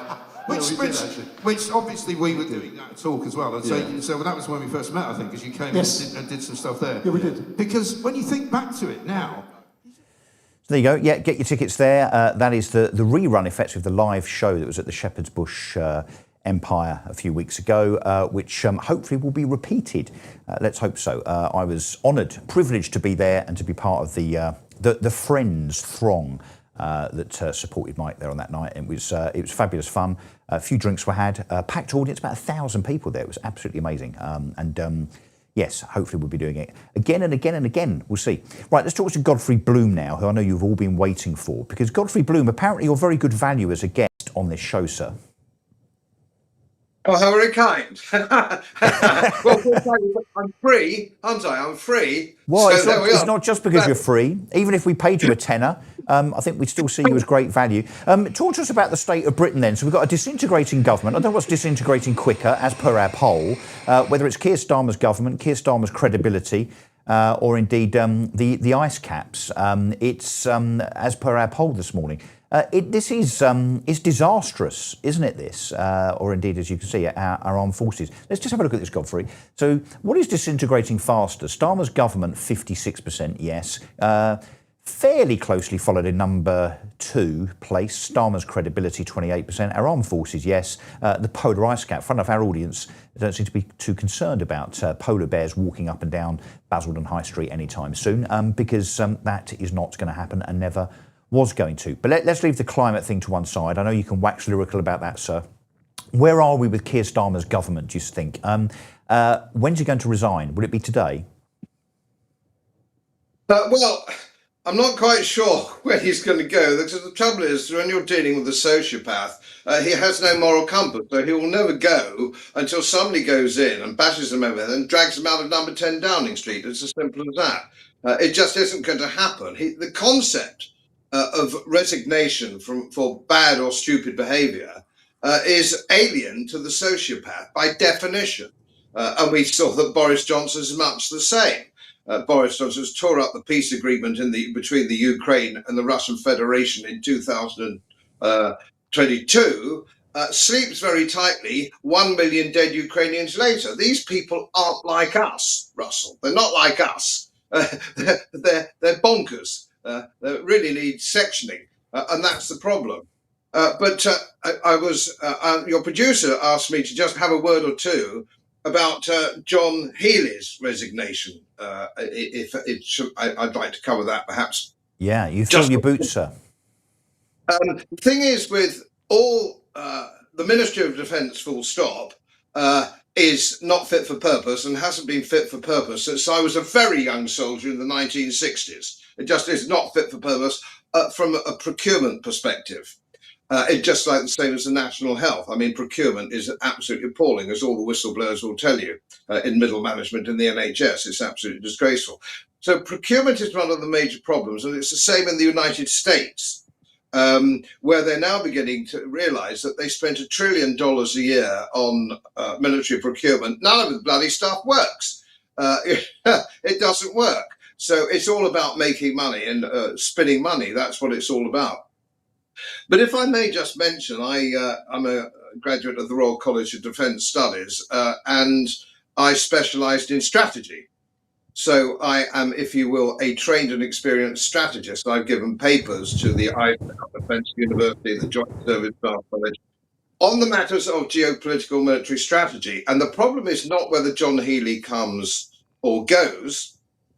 And Winston Churchill, if I may remember Winston Churchill, when he said Clement Attlee, an empty taxi drove up and out got Clem Attlee. An empty and out got John Healey. I mean, he's nobody. I saw him interviewed a few weeks ago, and somebody asked him, I can't remember the show it was, how many frigates we had operational. He didn't know. He should have resigned then on that basis for sheer incompetence and stupidity, but he didn't. Now, here's the problem. Here's the problem that the Ministry of Defence has, and it is something I know something about. When they're still, from a procurement perspective, fighting the last war. This is why we have aircraft carriers, which have been obsolete since the Battle of Okinawa. This is absolutely ridiculous. They don't work, as the Americans are finding out. They've got 11 aircraft carrier groups. They come with all the baggage, the F-35s, which don't work. They come with anti-air frigates, so on and so forth, which don't work very well. And so it goes on. And we're doing the same. We're now saying what we've got to do is step up our defence spending. We've got to increase our defence spending. This is, of course, they don't know how to do it. The Labour government are hostile to defence spending anyway, as indeed are most governments in the last 40 years hostile to defence spending, or 50 years, one might argue. And this is the problem that we have because there's no strategy. So we spent most of the naval budget on aircraft carriers, which we can't deploy. Most of our submarines now aren't deployed. Our smaller craft, like frigates and destroyers, are not deployed. They don't work. We have an army which is woke. Goodness knows how they're going to fight. I expect the guards are probably still all right, or one or two regiments. But they have to do a health and safety check, Godfrey, don't they, before they fix bayonets? Something like that, yes, and it's absolutely ludicrous. And I've still got some young members of the family, who tell me stories about the modern army, in which I despair. But it's been going downhill for some time, and as I say, I have personal experience of all this. So what we need is, we don't really need, I would argue, let's identify the enemy, Russell. Who is the enemy? Who are your lovely daughters more likely to be assaulted by? Not the Russians. Well, it's probably a beheader from the Sudan, I would think, rather than it being Kim Jong-il or Vladimir Putin.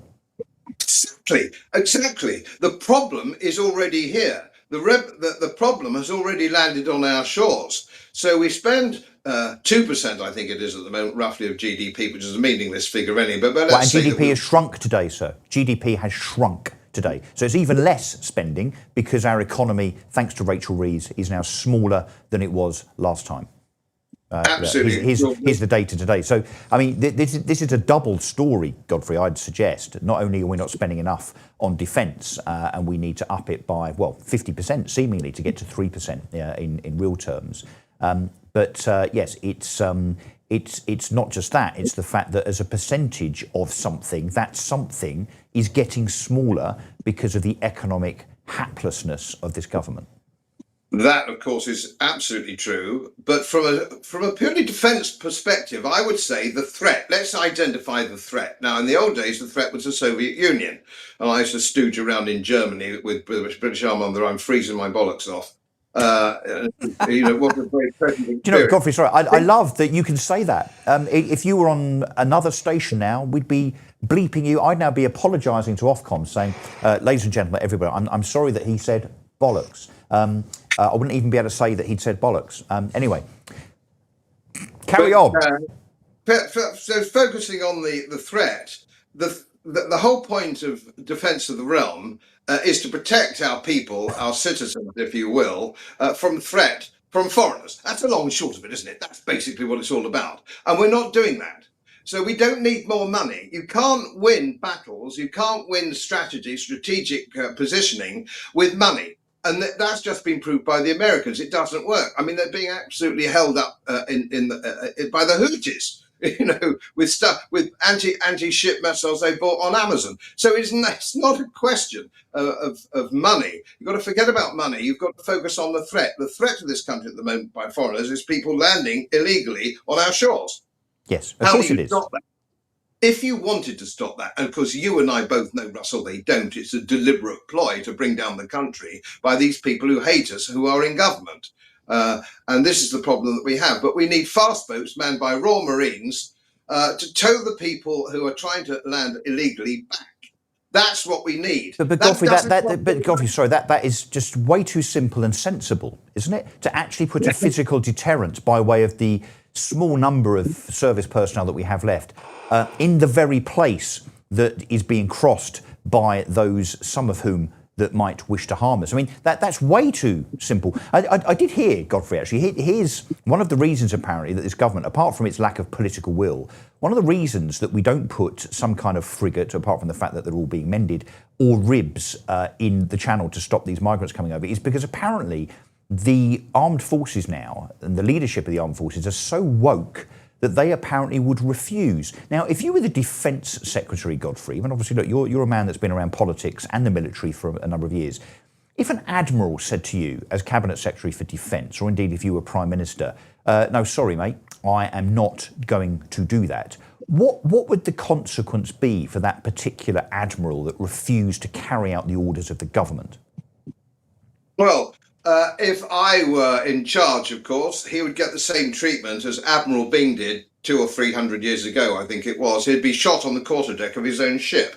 Perfectly straightforward, no messing about. But let me explain why. Because a lot of your viewers, Russell, will be saying, how did we get here? What's the problem? And why is the military, senior military, woke? Well, let me tell you this, and I know this from perfect personal experience. I can tell you this for fact. You cannot get promoted above half colonel in the army and equivalent ranks in the Air Force or the Navy unless you are woke. You cannot get promoted from basically what is middle management in the services unless you are woke, which is when we see those senior Air Force officers or naval officers talking on a platform outside, Whitehall and all the rest of it. They are woke. They are selected because they are woke. They have all had a university education, which is a disaster for a soldier, I can tell you. The last thing they need, and the police, the last thing they need is a bloody university education. The military is for fighting people. It's for fighting people on behalf of your country.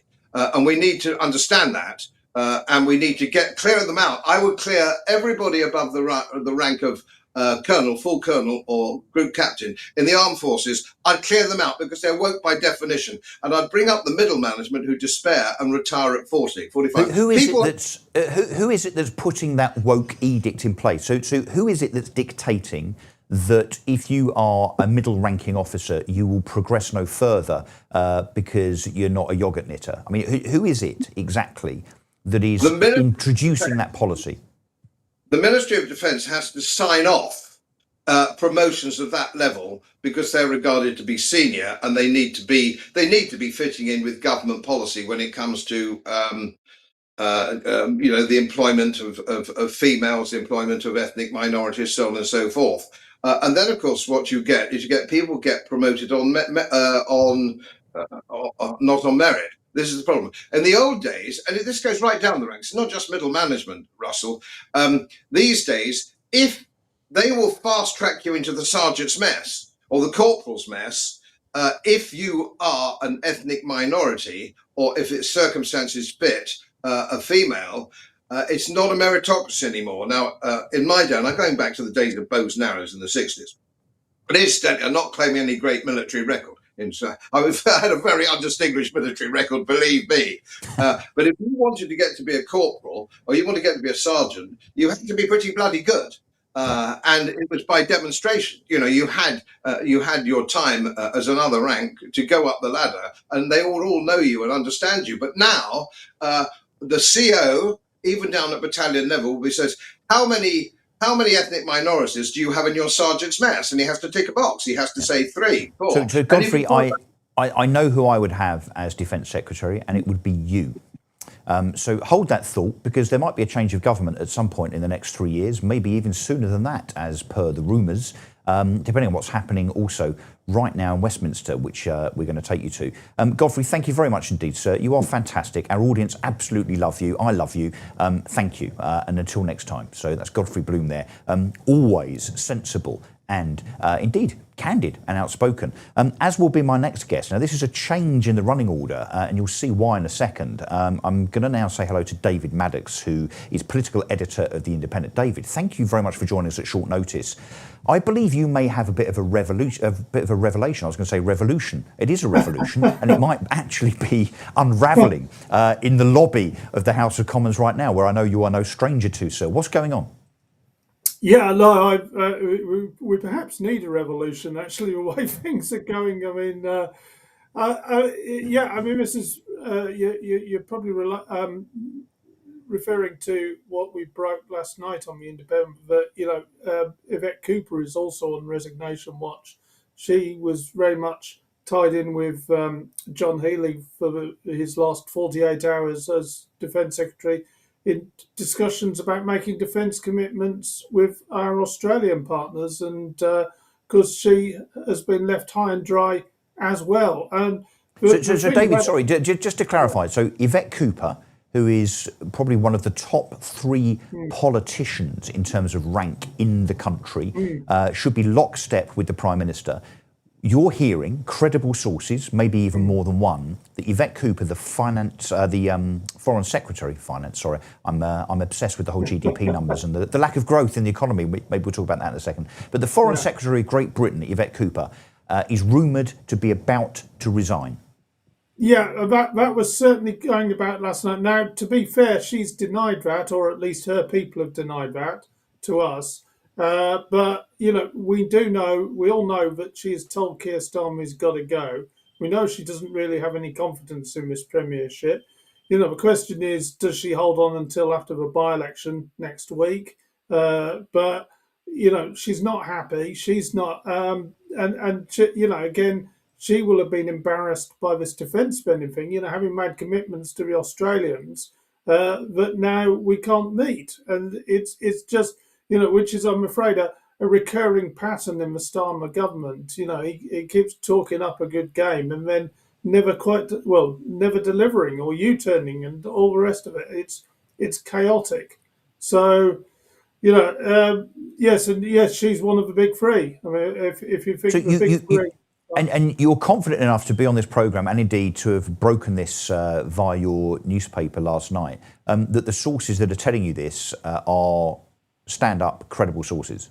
Yeah, I mean, they're Labour sources. They're people within Labour who believe, who certainly say that, it said to me two things, that John Healey and Carns will not be alone in going. This won't just be a defence issue. Other ministers are on the point of going.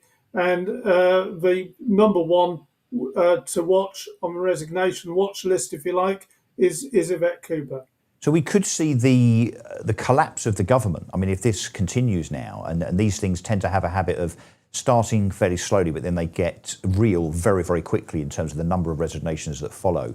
We could see the collapse of the government before the Makerfield by-election next week. So the question is, what does that do for Andy Burnham's chances? Do you think the people of Makerfield will feel relieved if Keir Starmer it's now even more inevitable that he's going to go? Do you think that helps Andy Burnham or not? Well, just to kind of rewind there slightly, my gut feeling is that we will see it on the Friday after Makerfield, whatever the result is. Because if Andy Burnham loses, it's because Labour's brand is so bad under Starmer that even he couldn't win. And if Andy Burnham wins, then obviously he will be kind of seen as a leader in waiting, a prime minister in waiting. And I think then we will see a series of resignations. Perhaps Yvette Cooper and others forcing the Prime Minister out. I mean, that was the method used to get Boris Johnson out of the door, and certainly it's been widely discussed within Labour ranks to do the same. So, I mean, this government is dead. It's finished. It's a zombie government.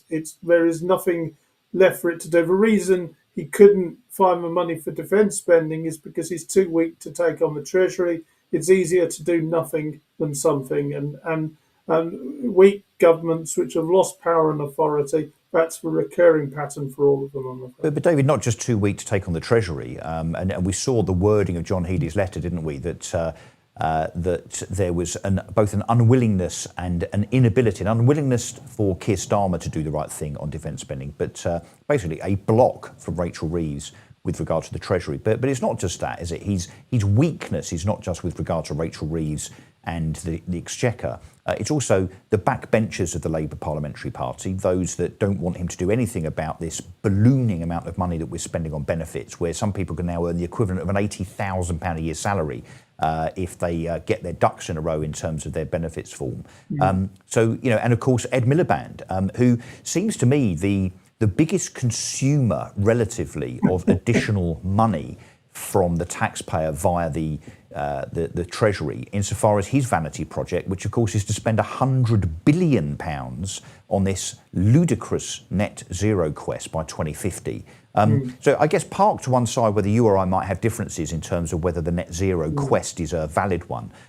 But to spend money on subsidising ground source heat pumps for homes, spending money on 180 kilometres worth of pylons to carve through the East Anglian countryside in order to take a bit more power from offshore wind farms and solar farms on agricultural farmland and so on.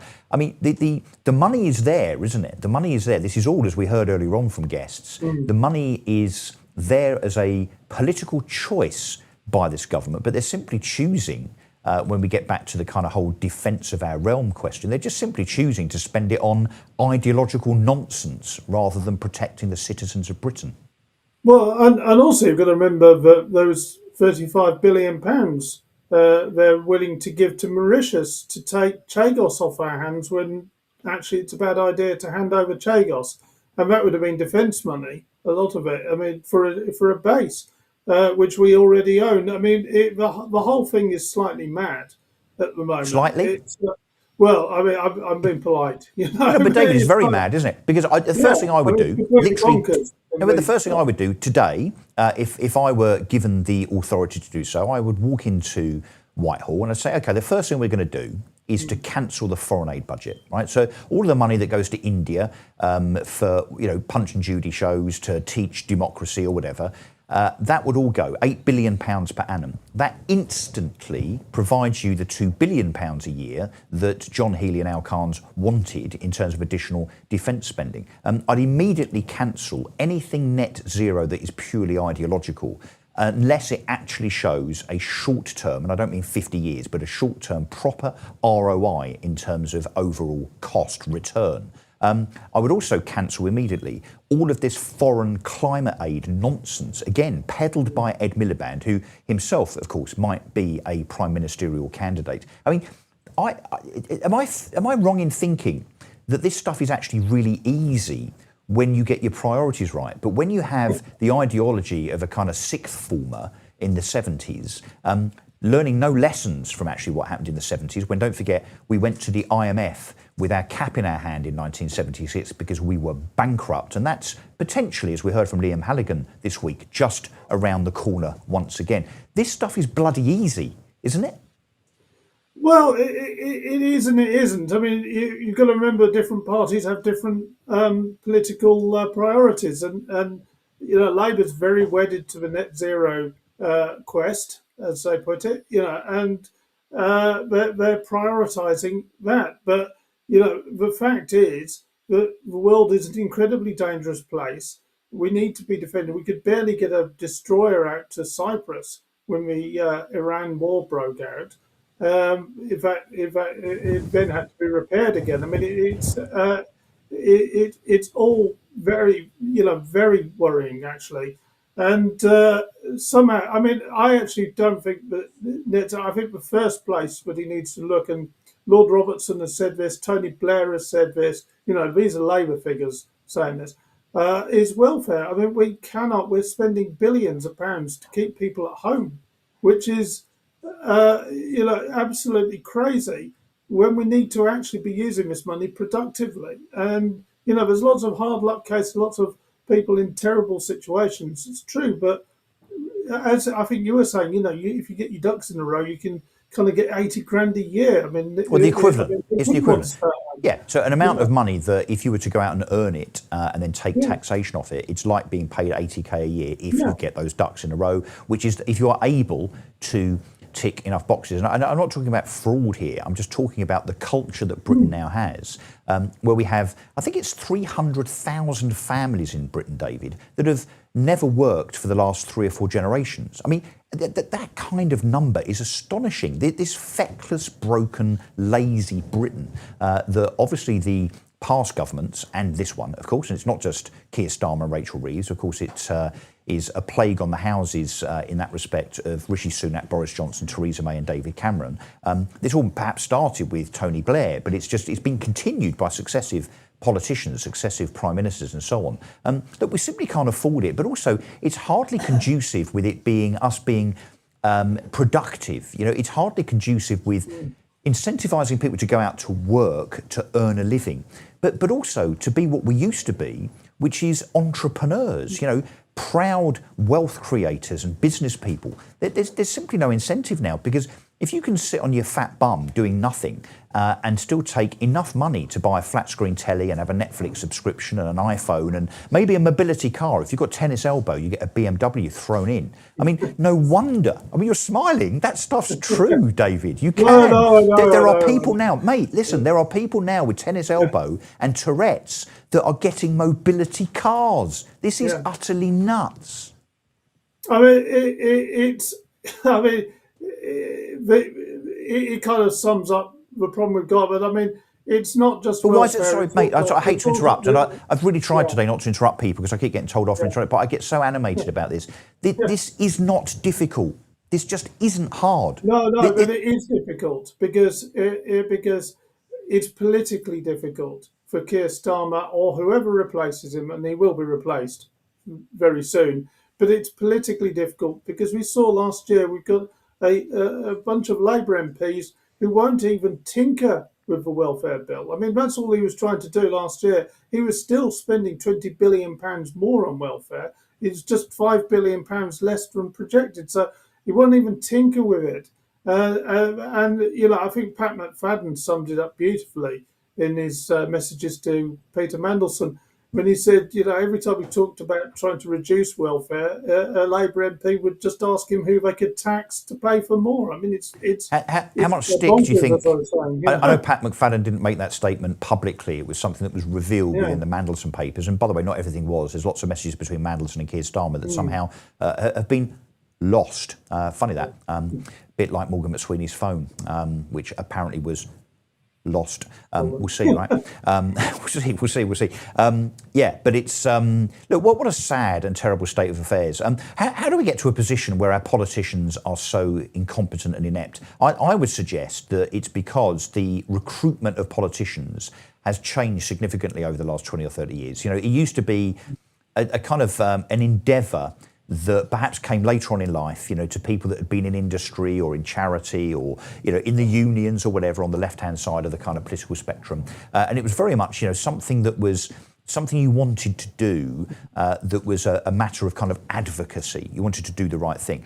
What we've seen, I think, in the last 20 or 30 years, David, and I don't know if you agree with this, but is a political class that has ended up becoming embroiled in politics by way of them believing from university that it's a career worth exploring. So they leave university at 21.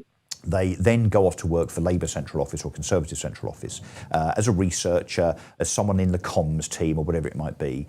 Then they end up becoming a SPAD or a bag carrier or a researcher for a Member of Parliament for a few years. Then, of course, they throw their hat in the ring to be a kind of an MP, a test MP by what's called being a paper candidate, and they lose, but that gives them an awareness of the process of becoming a Member of Parliament. And by the time they're 35, then they get to fight, if they do all the right things, a seat that is winnable on the basis of a bit of a reward. And then we wonder why we have the likes of, I don't know, whoever, Jonathan Reynolds, Peter Kyle, etc., in the Labour Party in particular, that are now ruling over us in terms of making decisions about such things as industry, commerce and the workplace. But people that actually have never actually had a proper job. So no wonder we're at a place where we are, David, that we sit here, you, me, Mike Graham and others, criticising the state of the country. Well, no wonder, because we've ended up with this absolute division versus, you know, politics versus the people, MPs versus the public. Just quickly before you go, is there any hope for us fixing that? I think it's very difficult. I mean, there have been also other cultural changes which have, you know, really kind of changed the whole landscape, the whole social media rise, the way we communicate and so forth. But I mean, there's always been a professional political class. But the problem, I agree with you, but the problem is the balance of it. You know, it used to be a minority, and now it's the majority. There's people there who, most people there haven't had a proper background in, you know, industry or, you know, the trade unions or whatever would have been their way in. Whereas previously most of them would have had some sort of hinterland. And I don't know how you fix that, to be honest. I think it's not just a British problem, it's an American problem. It's also a European problem, and but you're right. It means that we don't have a depth of thinking, a depth of experience.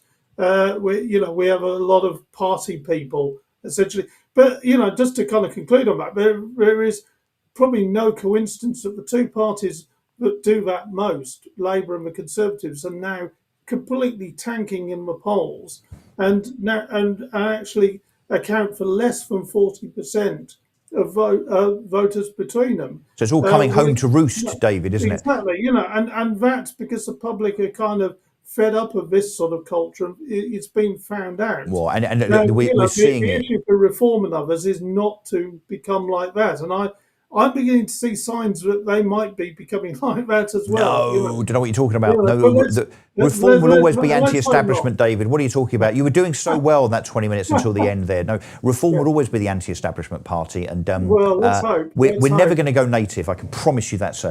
David, got to let you go. There's always a temptation. That's the trouble. Once people get a sniff of power, I say that I don't have a skin in the game on this, but it's something that people in Reform and the Greens need to be aware of. I saw it with the Greens. The Greens were, the kind of fringe party in Scotland when I was working up there. They were the kind of disruptors and things. Soon as they got a sniff of power, it's suddenly the professional political class. You are 100% right, and you are also right to give that warning to the wannabes, if you like, the fledglings. I mean, although Reform have just done fantastically well in the local elections, they won them resoundingly. Yes, we must make sure that, when I say we, again, I've declared the interest all week, I think. I am an elected Reform councillor. I'm a party member.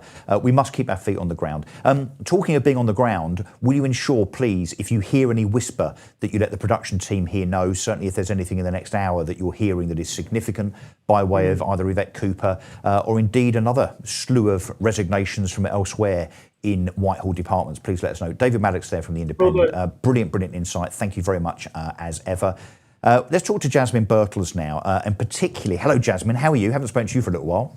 Oh, good, thank you very much. Yes, enjoying. Nice to see you, Russell. Good, thank you. They stupidly trusted me to sit in the big man seat, but it's all over in an hour, don't worry. GDP, which is the measure of the country's value. Now, Rachel Reeves and Keir Starmer have spoken, Jasmine, for the last, 2 years about how important growth is. Yeah. Now, we've seen growth in inflation, we've seen growth in unemployment, we've seen growth in incompetence, frankly. How do the GDP numbers look as announced about an hour ago? Absolutely delightful, really delightful. GDP has fallen by 0.1%. And that's after a weak increase in the last quarter of 0.2%. So it's actually fallen 0.1%. Services fell at 0.2%. Production was flat. Construction rose a tiny bit, 0.1%, tiny little bit. So, yeah, it's all going swimmingly, frankly. So it's going great? Absolutely. So we had Rachel Reeves on her feet already, despite the fact that it looks like Yvette Cooper, the Foreign Secretary, might be resigning any minute. Has Rachel Reeves come out of number 11 and said, hey, look, how fantastic. The economy only shrank a little bit last month. Yes. Yeah, that's probably what she's going to have to do. I don't quite know how they're going to massage the figures. I mean, even Wes Streeting has said they don't have a plan for growth. And that's pretty clear from these figures. And I mean, I wouldn't mind, but the GDP figures are massaged anyway. So the real situation is far worse. As you know, the main reason why we have and have had unlimited immigration is because it helps the GDP figures. Head count is part of GDP. So the theory is that the more people you have in a country, the more productivity you have, the more more money you're making. So they actually count the heads and say, see, look, there's lots of people. That means that the GDP is higher than it really is. So 0.1%, a minus of 0.1% is still actually a better look than I think the real situation is. Well, and of course, the real situation, you have to look at GDP in the context of the people in the country in terms of numbers, don't you? So, because it's a meaningless number if you don't take into account how many people in the country. So if the population's growing, and it is through migration, so we have more people coming here than leaving, although lots of people are leaving. Lots of my mates, actually, I was with some last night, that have come over here from their new home in Dubai, where they say everything's great. It's getting a bit hot at the moment, but no tax, no crime, brilliant education. I mean, that will never catch on, will it? That's what used to happen here. So GDP per capita, I think, is the terminology. Just explain what we mean by GDP per capita, Jasmine, and why it's important. Well, essentially, you've got the overall GDP figure and go, ooh, that's X, Y, Z. But when you divide the number by the number of people, actually GDP per capita is going down. And you might say, oh, look, the GDP of the whole country is great. I mean, it's not at the moment, but it could be. But if there are a lot of people And there are a lot of people taking the same services, and the services haven't been increased, and the general wealth hasn't actually increased, then your per capita GDP has gone down. And that's what we're feeling. And this is part of why we're getting riots. And we will, I consider, get more riots, because there are more people trying to get the services. They're getting less money, they're getting less in benefits per capita, or they will be probably at some point. And the general feeling is that life is getting worse, that it's getting poorer. We are getting poorer, and that's the way people are feeling. Jasmine, I'm going to extend that logic a little bit. Are we saying that this government seems to be more intent on massaging the economy's figures so that they get to this growth destination, this North Star, this aspiration that they've been banging on about for the last 2.5 years? You're saying that they're effectively happy to have more people come to this country, whoever they are, even if they are people that seek to do us harm by beheading us on the streets of Britain, in exchange for being able to say, so that's okay in exchange for a higher fake GDP number. So we're kind of swapping public safety for the massaging of our economic numbers. Is that what we're saying is happening here? Well, in effect, to be fair, it's not just this government. The last government did it. I mean, the peak of immigration sort of was during the Conservative government. So it's not just that. And of course, under Tony Blair, it was rampant as well. But yeah, I would say that there has been a general sort of hands-off approach by various governments, because they're like, come in. A, we want the figures for GDP, and B, we want more and more people who will produce children, because we in this country and across the West, we're not producing anything like enough children. And that means that there will be fewer and fewer young people to work and pay tax and national insurance in particular, to pay the pensions of the actual pensioners. Because this is the other problem that we have. Because we have an aging population, we've got 18 million people drawing pension. And as you know, the way our state pension works is it's kind of a Ponzi scheme, money in, money out. The money that you're paid in pension, in your state pension, actually comes directly from the people who are currently working. There isn't a pot of money for anybody. You put your money you pay into national insurance, and you think that that's going into a pot of money for you. It certainly gives you the right to have a state pension later on, but there isn't a pot. That money is paid by actual workers who are working now, who are paying their national insurance. It goes straight to the pensioners. And that works so long as you have a significantly higher number of people working than you have drawing pensions. And we're getting to the point, not that far away, where that may not be the case. Well, it's not the case, Jasmine, is it? So unemployment is increasing. There are about 300,000 more people out of work than there were at the beginning of this government, July 2024. So lots of people have lost their jobs. And there doesn't a day go by when we don't see almost a big name every week, really. But certainly on a daily basis, we see business closures and liquidations and receiverships and so on. But almost on a weekly basis, we see some very, very big names falling by the wayside because they say, look, we can't afford our business rates. We can't afford the extra national insurance cost of employing people.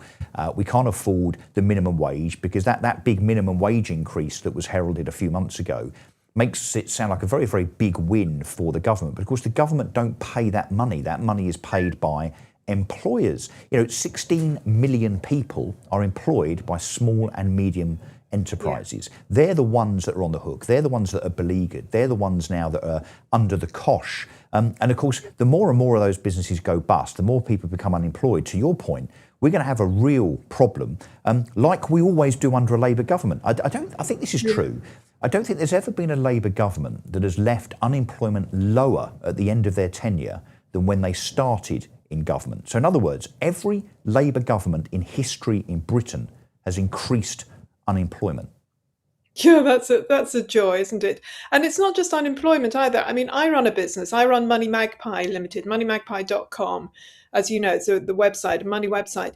I just have a few employees, but we are all very aware of the taxation that we have, the tax burden that we are under. My whole team and I, we all know the accounts. their tax has gone up, their national insurance has gone up, our corporation tax and VAT. Any time you make a little bit of cash, you think, oh, we've got some cash, then it's taken away from you. And so you've got this, and of course with the various restaurants, etc., those that have a high street presence, they've got the VAT problem as well. And all of it just makes it pointless running a business, and you're just running to try and pay your tax, as well as you say, the higher rates of pay potentially. It's just getting pointless. And then the other thing, Russell, I think that we need to talk about more often in this country is the fact that we have 9 million people who are just doing nothing. They're not looking for work even. And it doesn't make sense. So we've got 9 million there not looking for work. We've got 18 million taking the state pension.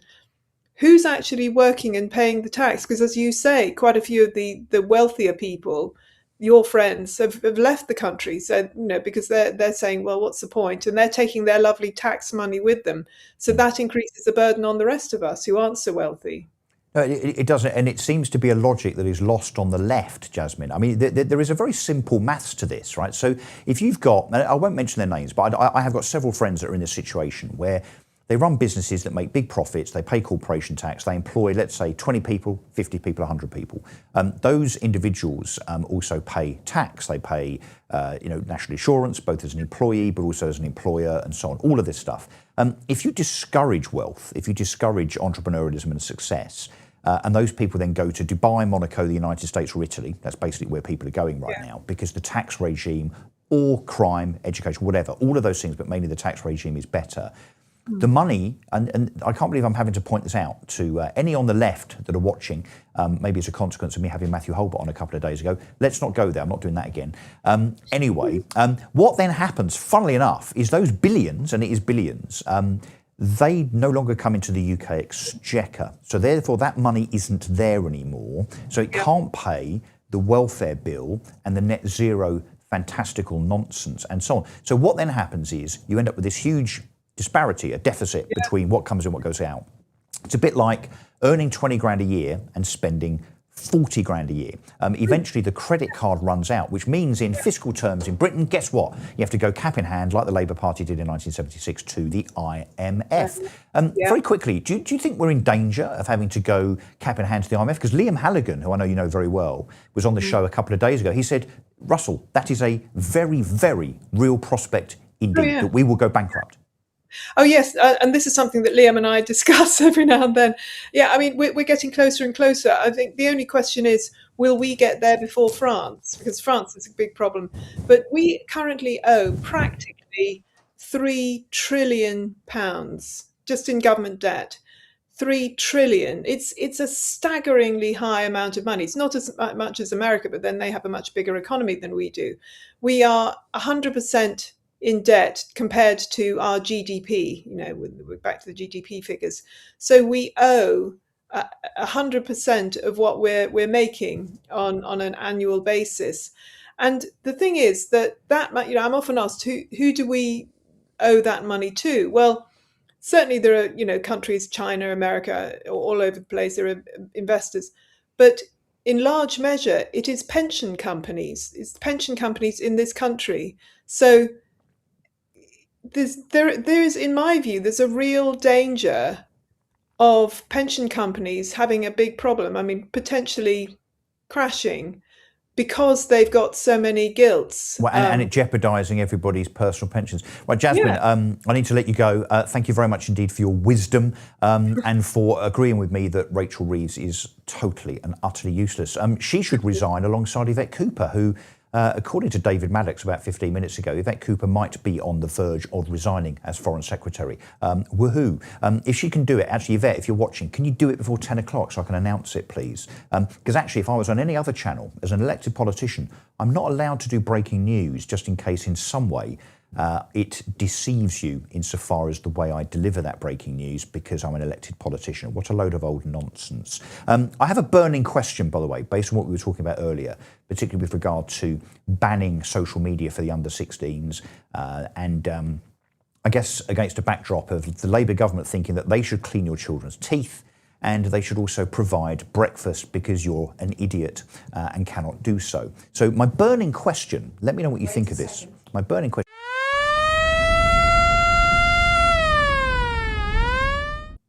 I haven't seen that before. Can we do it again? I love that.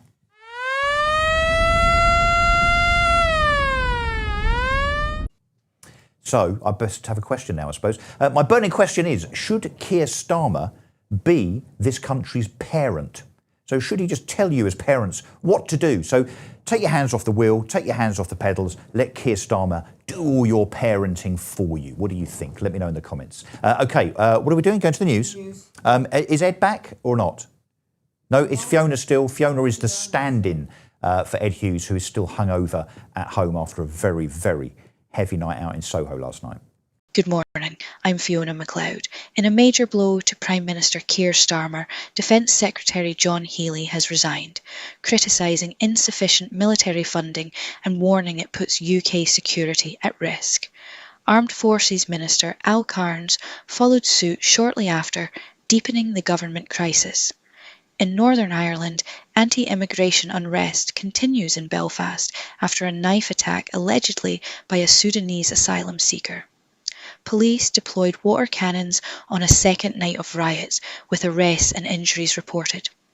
The victim's family urged calm and against using the tragedy to fuel violence.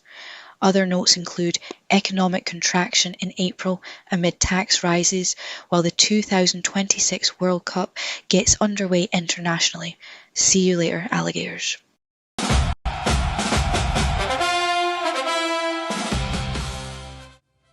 Hi there, Mark Littlewood here, in Mike Graham's seat. But as of Monday the 15th of June, I'm going to be in a different seat for UK Live, giving you everything you need to know about the World Cup.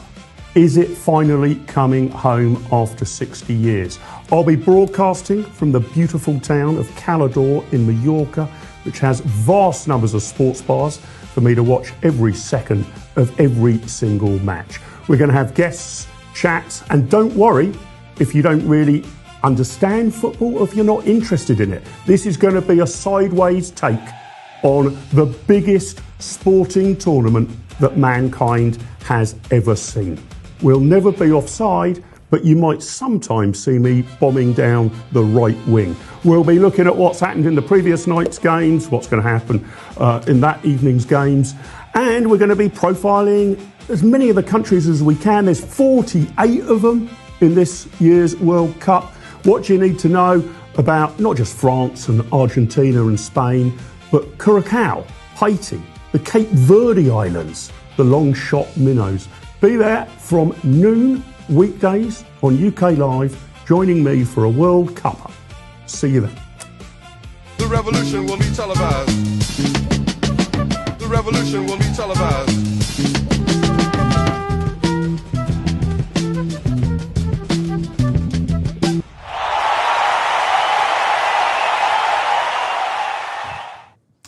Welcome back. The last, where are we?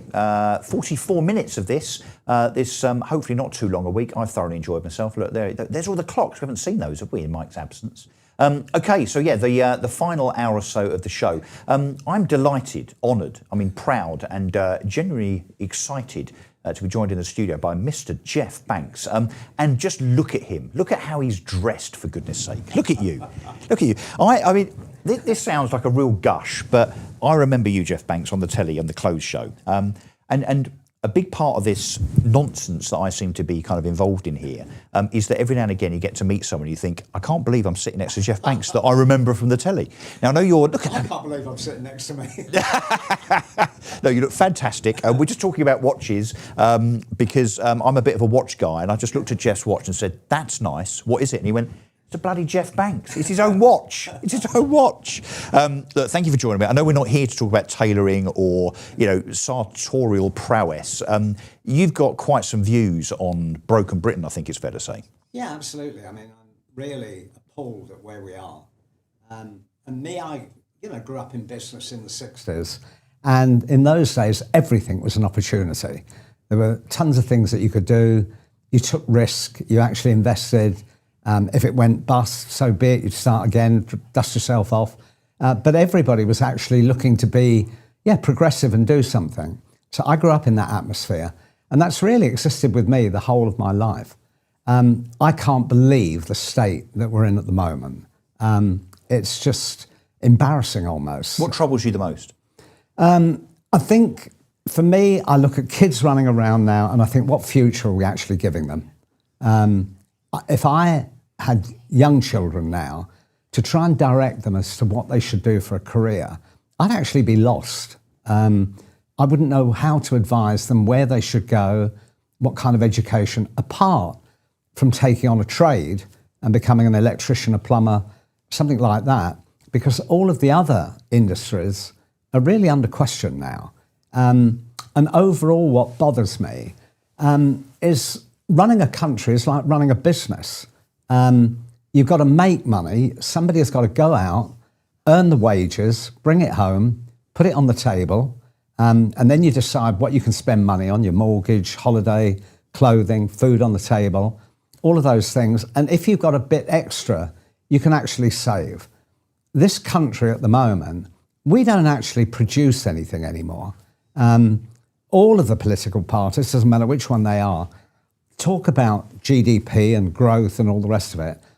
Recently, I haven't heard any of them talking about what they would do to recreate a manufacturing mentality in this country, whether it's making physical things or making new services. We don't seem to do that. We don't talk about it. And what do you think the disincentive is? Do you think it's the tax system? That we are now the most taxed we've ever been. Is it the attitude towards risk? So I totally agree with you in terms of, business. The necessity around business is that you put yourself out there, you take risk. You might put your house up, you might put your savings up. Yeah. Sometimes you win, sometimes you lose. Hopefully, us entrepreneurs win more than we lose. Yeah. But there's an anti-risk attitude almost that seems to be kind of forced upon us. But also in Britain, I think there's this humiliation, it seems, to failing, which we don't have in the United States. In the US, failure is very much a part of getting towards success. So, I mean, we've got a whole bunch of things going on, haven't we? We've got an attitude towards risk. We've got the being fearful of failure. And a government that doesn't seem to want to reward entrepreneurs for doing exactly what you're saying, which is to be bold and creative, take a few risks, employ a few people, and then buy the house, buy the Ferrari, pay your tax, and so on. That now is being completely and utterly frowned upon, whereby if you become a millionaire through your hard work and endeavours, you're castigated by the left, particularly the Greens, actually. Absolutely. Castigated. How stupid do people have to be to not see that people like you that make a success of themselves and earn a few quid where it trickles down are the people we should be encouraging, not deterring? How stupid do they have to be not to realise that? Well, me, I employ people. I pay corporation tax. I pay national insurance. They pay national insurance. They pay tax. There are certain other taxes that, VAT on the product. Business rates. If you actually look at it in Britain at the moment, for every pound you earn, you pay 57p in tax in 32 different taxes on that pound that you earn. That's the level of taxation in this. So that in itself is a deterrent. Also, I actually find if you were starting in business these days, try and get a bank manager on the phone to talk about a loan. It's like AI now. I mean, when I started, my bank manager used to come in and help in my shop on a Saturday to make sure that we were actually doing things the right way. Really? It was somebody that we could actually go to, if we needed a bit of extra overdraft, whatever. He was always there. And he had what's called discretion. I remember when my dad and my grandfather was in business, they would ring. I still remember his name, Peter Keith at NatWest in Billericay. Hello, Peter. Can you up the overdraft, or can I borrow X? I want to open a new estate agency branch, or want to buy a new house, or whatever. Right. That just doesn't happen anymore. It's almost they're the anti-loan officer, which is why I guess now you've got this kind of increasing appetite from private equity, venture capital, crowdfunding, and so on. But it does seem that we are being deterred from success, and that's never going to end well, is it? Yeah, there doesn't seem to be any idea. I mean, I was an ambassador for 30 years on the Prince's Trust. and started right at the very beginning with Charles when he actually got the thing going. We started about 180,000 businesses with a small loan, a grant, and then a guaranteed business loan that the Prince's Trust underwrote. Out of that 180,000, about 60% of them succeeded.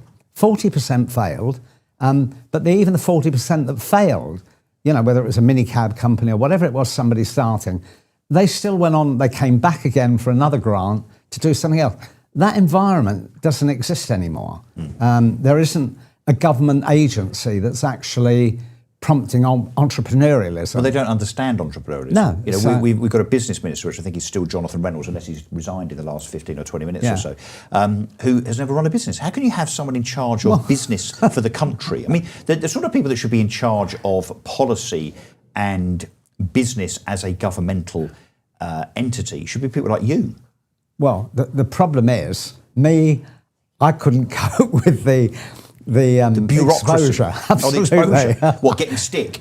Yeah. Well, because you'd be worried about being on the front page of one of these. Absolutely. What have you done wrong then? All of my indiscretions what are you hiding? would actually come out. You know, it's like, so I think people, you know, in my position are scared of getting into politics because they're going to get ripped asunder. So you were talking about it earlier on. Where do politicians come from? People like Wes Streeting, you know, went to Cambridge, got a degree, left there, wrote political strategy for the Labour Party. That's going well. Yeah, that's great. Bubbled up to and eventually becomes an MP in charge of health, which is the biggest single budget in Britain. It's like a budget of like 250 billion. And there's a guy running that that's had no experience in business. His qualification for being the health secretary, by his own admission, is because he had cancer. Yeah. I mean, so he's kind of played the victim card in order to get the Secretary of State. Absolutely. Let's talk about the benefit culture in Britain, though, because that must be something that really irritates you. As someone that works hard, still does, the fact that you can earn a huge equivalent amount of money just by sitting on the sofa at home, you know, watching daytime telly, that obviously has to change. I mean, there's no question. And every politician, I think, that you speak to, even those on the left, say that. But there is no political will by this party to do that. But also, when we go back to the Conservative Party, the party that I used to be a member of until 2014, I'm guessing you might have had a dalliance or two with the Conservative Party as a member. I don't know, I'm just guessing, you know, given your entrepreneurial bent. But successive governments seem so scared of those on welfare, even though actually the Conservatives, you know, there used to be an edict. People in council houses and on benefits, this isn't my thing, by the way, but this is what was said in the Conservative Party. People in council houses and on benefits don't vote Conservatives. So why couldn't even the Conservative Party get to grips with this £250 billion welfare bill? Well, I've got a couple of answers. First of all, my background in politics is my godfather was a Nyren Bevan, because I was born in Ebervale. Wow. And Nyren went to the same working men's club as my grandfather and ended up my godfather. My dad ran for MP. He was a sheet metal worker. So you're a Labourist? Originally, yeah. My dad ran for MP for North Lewisham as a trade unionist. I got to know Harold Wilson very well. My first wife and I, we used to go to Downing Street regularly for dinner with Harold and Mary. And it wasn't until Neil Kinnock came along I became anti-Labour. I then became, by accident, very friendly with John Major, knew John and Norma very well, and I thought he was a good guy. And I think him and Ken Clarke, they actually understood the working man and they understood how to make money. So that's my view. In terms of the benefit culture, I'm all for people that are actually struggling or where industry has abandoned them, and we haven't, as a nation, done anything to replace that. Or genuine health or disability needs. Well, of course. Yeah. You have to... Andy, not even more than that. I've got a cousin, Terry, who worked in the steelworks in Ebervale, where I was born. They shut the steelworks down, and nobody did anything about replacing that industry in Wales. So South Wales, you have a whole raft of people that want to work. My cousin Terry desperately wanted to work.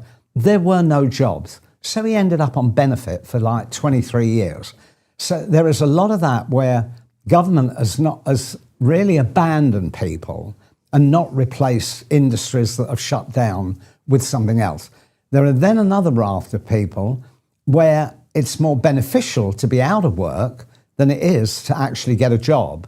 So, you know, to be earning 45, 50,000 quid a year now, you're on the brink of whether or not it's actually worth going to work or not. What? Especially if you're a young person. But for two reasons. A, because you're being taxed more, so therefore you're taking less Taxed home. more, yeah. And also because the benefit culture is such that people are able to claim more and at greater level benefits. Yes. So therefore, yeah, that pendulum has definitely swung. So absolutely. I mean, I'd say 50 is pretty light. I think you've probably got to earn 65, 70k. Could be. Net, you know, gross, to end up in a position where you think, okay, it's actually worth me working. Yeah. But how have we got to that? Is it any wonder, I guess, that in places like South Wales, you've got reform starting to do very, very well? I mean, who would have thought in a very traditional Labour area, forget the Red Wall for a second, you've got reform. I think, you know, they've got the second largest amount of members in the Senate. Yeah, absolutely. And, you know, I was at the Merthyr Tydfil rally with Nigel about a month or so ago. And it shocked me in Merthyr. I mean, that's 11 miles from where I was born. The number of people that actually turned up there that are ex-miners, ex-steel workers. Some of them have been unemployed for 25 years. Because there's nothing there for them. But they're voting reform. But they're voting reform because even though I don't think Nigel or anybody has actually come out to talk. They talk about immigration, talk about health service, talk about, you know, grooming gangs and so on. To my knowledge, nobody in reform as yet is actually talking about restructuring, how to bring back making money in this country, manufacturing, productivity, bringing service industry back to Britain. There's been no conversation about that as yet. Well, there's been the beginnings of it. I think, you know, we talked about, when I say we, you know, I'm a reform councillor. Yeah. I can't help it, I should say they, but it's very, very hard to separate, Yes. I have to say. There's been lots of conversation about the tax regime and ensuring that, you know, although the first thing is the nation's finances, getting the nation's finances back in order before there are promises of tax cuts, but then there has to be incentive through the tax system. Apprenticeships. Now, surely apprenticeships must be something to focus on, particularly if we don't just want to send people to university so that they get a degree in, I don't know, taxidermy, nail painting. Yeah, exactly. Yeah, beauticianry. But they actually, you know, want to have a trade. That will clearly help the blue collar demographic in Britain and indeed manufacturing and so on. So I think there's that. So tax regime and also look, reform we've talked about when it comes to industry, an element of nationalisation, which I know doesn't sit well with some people because they will hang on, that's a left wing edict. But there is absolutely an argument that when it comes to, for instance, utilities and services, putting those things into the hands of, let's say, French private equity, where all they care about is the margin and the dividend, was probably, in hindsight, and I'm a massive Thatcherite, that was probably one of the things that Thatcher did that wasn't right, on the basis there was no mandate for water companies to invest in reservoirs, or, you know, the electricity and gas companies to invest, nuclear power to be invested in. There was no kind of imperative whereby infrastructure had to be regarded highly. So I think reform are starting to get there. But look, in fairness, we are probably, maybe not, 3 years away from a general election. I pledge to you, Jeff, that when it comes to the sensibilities of making sure that people can roll their sleeves up, work hard and be rewarded for it without having to worry about most of their money going in tax to a load of migrants that come over on a boat and that cost us millions of pounds a day, reform will deliver that. Yeah, I mean, I think nationalisation in certain areas, you know, like the steel industry, we've actually seen privatisation there with the Tatar brothers. They've actually ruined the British steel industry. They've ruined Sheffield Steel. I mean, there used to be, 66,000 people employed in the steel industry in Sheffield. It's down to 6,000. So Sheffield Steel was once a benchmark globally for something that was great, that was British made, blah, blah, blah, blah, blah.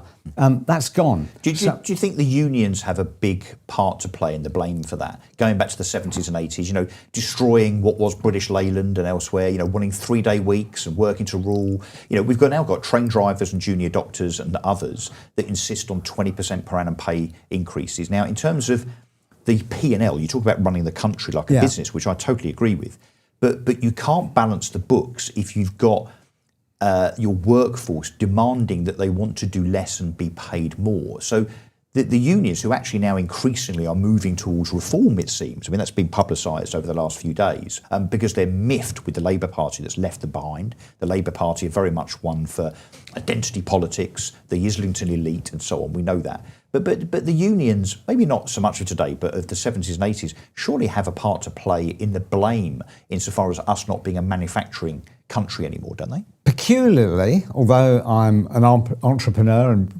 possibly labelled a capitalist, I actually understand the union mentality because, again, coming from a family, my grandfather started work at 14, retired when he was 76 in the steelworks, and he was still doing shift work at 76, poorly paid all his life. And it was only the unions that actually protected my grandfather. So I have a sympathy for trade unionism, but I think, unfortunately, like most things, it's mismanaged. So I look at the tube strike, and there you are, you're offering these guys a deal to do a 4-day week for the same money. For 80 grand a year. At 80 grand a year, and then they go on strike about it. Now, that to me seems banal. Or the junior doctors that get their 16% pay rise or whatever it was and immediately go on strike. And then go on strike again. What? Because they realise that, there's a crack here and I'm going to exploit it. That's right. I think that's a big issue. I think there is a problem with hardcore trade unionism, but I understand it. So I'm sympathetic to that. So I can't think we can actually blame trade unions. What I blame is the successive governments, Tory government, Labour governments, of actually not investing in things like nuclear energy, like steel, like water, allowing hedge funders to come in. And all hedge funders ever want to do is make money, buy something, strip it, grab the assets, flog off the freehold, and bugger off to where they came from. And that, unfortunately, that's a hedge fund mentality, which I can't blame, because if opportunistically they're it's doing there, what's right for their shareholders, I guess. Or for them personally. And for them personally, Right, that's right. Jeff Banks, when are you getting into politics? Why don't I? Why don't you? Oh, no, I'm being more positive to that. When are you getting into politics? When are you going to stand for election? As I said, I don't think my life... You're not answering my question, Jeff. My life wouldn't come under scrutiny. So what? Forget all that. Yeah. I've done the same. I came out of politics for 10 years, got re-elected. I've been castigated by the Essex media. I don't give a toss. Don't care. Because the mission is more important than that. Yeah. When are you going to stand for election? I don't think... Let me rephrase it. I'm going to really push you here. Would you consider standing for election? I'm not talking about reform. I have considered it. Okay. Nigel wrote to me and asked me whether or not I'd stand for Parliament for where I live, and I've declined because I think at my age, and still with the responsibility that I've got, people that I employ, I've got to stay in business. I can't retire yet. Would you go into the Lords? I think that for me, the Lords is a lost cause. I think it's, unless it's restructured completely. So I'm better off on the sidelines, helping, assisting, having a voice, and I do have an opinion, but I think I'm better in the sidelines. And at my age, unless you can commit to being a full-time politician, to hold your weekly surgeries, actually act in the interest of where you're elected for, I don't think you should be doing the job. Now, me, and that's one of the problems that you mentioned earlier on, people that have had a career, they've been successful, they know how to run things, then why don't they go into politics with some experience? And I think the reason is, are they at the point of their lives when they can actually commit full-time to doing the job properly? Or do they want to be? Because they want to do it 8 properly. till 8, 6, That's 7 right. days a week. Yeah. No, indeed. Yeah. But so Nigel Farage fairly recently said that if Reform were in government, that he would bring people into the cabinet that, a bit like in the US, that don't necessarily have to be MPs. Now, there was a bit of an outcry, of course, from some that said, oh, no, cabinet members must be elected. Yes. Well, I agree with Nigel, funnily enough, that actually when it comes to talented people, so you as a case in point, actually, if they contribute to commerce or environment or education or the fiscal approach to government that obviously is rather lacking at the moment, does it really matter that people are elected MPs, or should Nigel pick up the phone to you and say, right, I'm in government, I'm the Prime Minister, I've got a cabinet to form of 34 people. Jeff, I know you're not elected, I don't need you to be. Would you come and be Cabinet Secretary for Business? Well, consider that. There are people in business a lot better at it than I am. I don't think you've done bad. You can afford nice done suits. Okay. Well, I make these, so it's okay. But I look at the cabinet that Donald Trump has got, that's made up of very smart people that have been in business, whether or not it's in finance, whether or not it's in development. And he's actually put a team together of people that know their onions. They're not necessarily all elected. So I don't disagree with that as a formula. I think you want good people, the best people, advising you and around you. And I'm not against that as a principle. So I think that to be elected, so what? I mean, I look at this Labour Party now, and I would think half of them just can't believe how lucky they've got, that they got shoehorned in.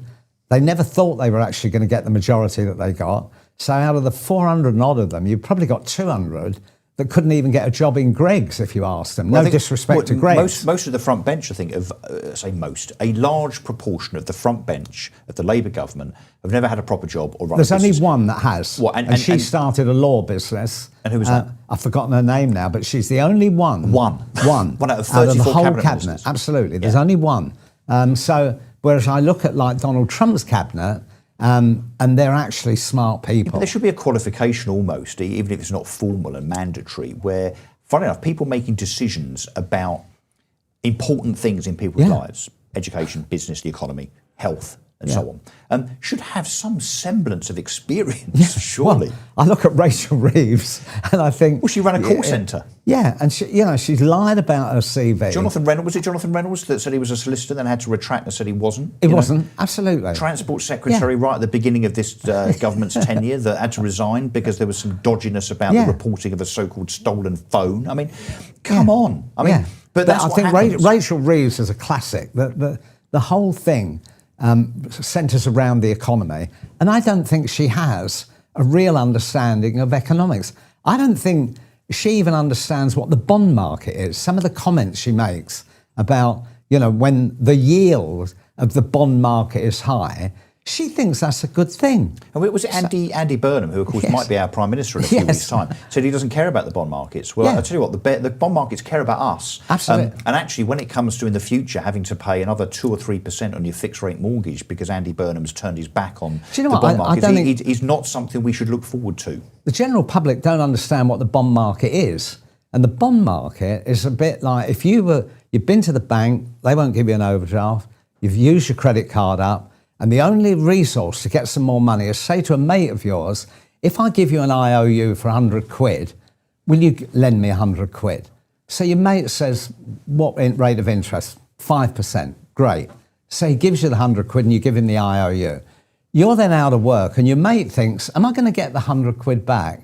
So I'm going to sell the IOU for 70 quid, which means if it comes good, the yield is good, but it's only because the IOU is dodgy. Yes. And that's how people are viewing our bond market at the moment. It's a test of our credibility economically, Trust. isn't it? Yeah, trust. absolutely. Trust, well, do you remember that in politicians? It'll, again, surely never ever catch on. Have there been any more resignations while we've been on air, just before Jeff goes?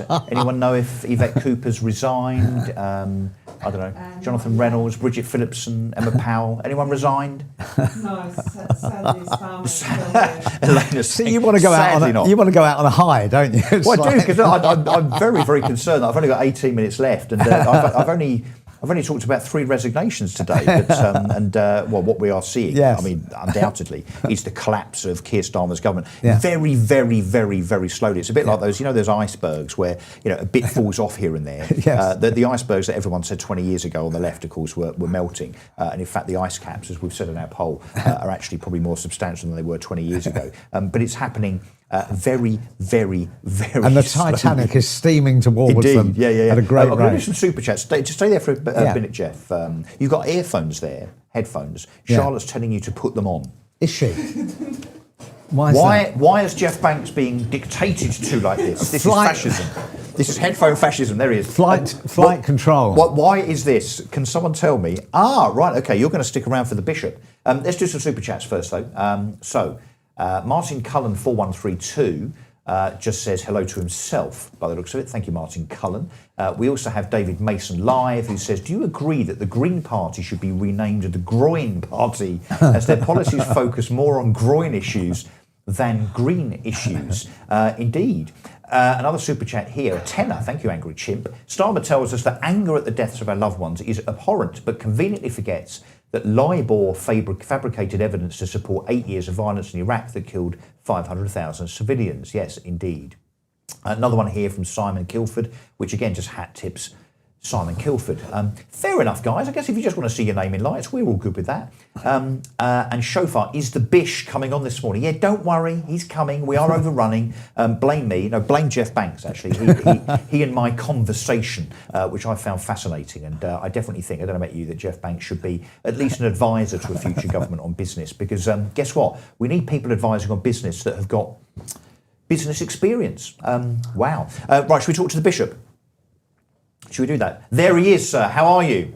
I'm fantastic. I hope you won't mind me saying this, but for just a moment, I get to be an absolute fanboy because you have a living legend there in the studio and the man that started my interest in everything sartorial way back as a 10-year-old child in 1986. And I have to say, as you were talking to Mr. Banks, who I believe should be knighted and should be Sir Jeff, I have sat here with rosy red cheeks because he is a legend in this world. And as a fellow South Walian boy born and raised outside of Newport, I am just gushing with excitement and I can't help it. And Mr. Banks, if ever you want to start a range of clerical sartorial clothing, I would happily volunteer myself to be a model. There are two men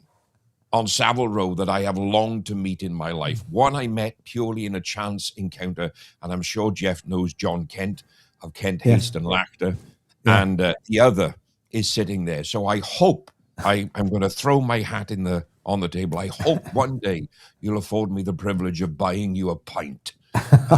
Because I'm lost for words, absolutely lost. Spoken like someone that truly is from South Wales. Is it going to put you off, Kai, your sermon, do you think? Well, I think I need to rewrite it quickly after that. So what have you got to tell us, Kai? Well, I'm going to take a slightly different tone this morning. But as we start, my brothers and sisters, I would remind us that there are moments in the life of a nation when the noise becomes impossible to ignore. Moments when the headlines cease to be distant events occurring somewhere else, and instead they become a mirror held before an entire people. We, as the United Kingdom, are living through such a moment. Across our nation this week, we have witnessed unrest, division, anger, fear, accusation, and distrust. Communities that feel unsettled. Confidence in our institutions is strained to breaking point, and many ordinary people look at the future and wonder whether anyone is truly listening. Some across the country are angry. Some are very frightened by what's going on. Some are grieving over the state of our nation. Many of us are simply exhausted. And into such an hour, the Christian church must speak. Not as a political party, and certainly not as a pressure group, not even as a tribe competing with other tribes, but we must speak as the Church of Jesus Christ. The temptation in troubled times is always the same. Some retreat into silence, and others surrender themselves entirely to rage. One of those abandons responsibility, the other abandons wisdom. And for me, for all of us as Christians, we can do neither. For our Lord never called us to be cowards, nor did he call us to be consumed by hatred. He called us to be salt and light. And there is perhaps no greater need for salt than when a society begins to lose its moral flavor. No greater need for light than when darkness begins to gather like we see in our streets. The scriptures are remarkably realistic about human nature. The Bible never assumes that society naturally drifts towards justice. It never imagines that civilization is self-sustaining. It never teaches that prosperity automatically produces virtue. In fact, the Bible says quite the opposite. Again and again, Scripture reminds us that nations rise when they honor righteousness and decline when they forget it.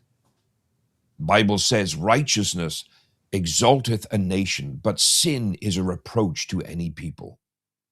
Those words are not merely true for the people of ancient Israel to whom they were written. They are true for every people in every age. They are true for Great Britain. They are true for my beloved Wales. They are true for England, for Scotland, and for Northern Ireland. And they will remain true long after every politician presently occupying Westminster has been forgotten by history. The deepest crisis facing our nation is not economic. It is not political. It is not cultural. Those are merely symptoms. The deeper crisis facing our nation is spiritual. We have spent decades imagining a nation that can that can keep the fruits of Christianity whilst cutting down the tree from which those fruits have grown. We have attempted to retain justice without the just judge. We have sought for freedom without truth. We have advocated for rights without responsibility. We've offered compassion without wisdom. We have wanted the kingdom, but without the King of Kings. But history has never offered us such a bargain. The great cathedrals of our land were not built by people who believed faith was a private hobby. The laws and our liberties that we've inherited were not created by a civilization embarrassed by Christianity. The hospitals, charities, schools, and institutions that transformed these islands emerged from generations who believed that Jesus Christ was Lord, not merely of heaven, but also of the earth. And now we find ourselves asking why social trust is collapsing, why communities are fragmenting so viciously, why public discourse is growing increasingly bitter, why loneliness amongst peoples grow, why meaning evaporates, why despair spreads so hastily across our nation. Perhaps it's because a civilization cannot remain healthy when it forgets the source of its life. The late Archbishop Fulton Sheen once observed that civilization is not destroyed from the outside until it has first decayed from within. How true those words seem to me today. But I'm not here to offer despair. I am here to offer eternal hope. See, Christian hope is not optimism. Optimism looks at circumstances, but hope found in Christ looks at God. Optimism says things may get better. The Christian hope says God remains on the throne. Optimism, that depends on events. Our hope depends solely upon the risen Christ. My brothers, my sisters, Christ has not vacated his throne. He has not surrendered his authority. He has not abandoned this nation or his church. He has never forgotten us. The same Lord who walked among the storms of Galilee still walks among the storms in the streets of our nations. The same Christ who calmed the sea still speaks into our chaos. The same Savior who raised the dead still raises broken lives. The same King who conquered death still reigns. Therefore, we as Christians must resist two dangerous temptations. The first is panic, for fear is contagious. Panic is contagious. Despair is contagious. But courage is also contagious. Faith is contagious too. Hope is overwhelmingly contagious. When Christians lose confidence, society loses its greatest anchor. We must not become a people dominated by fear, for we as believers belong to the risen Christ.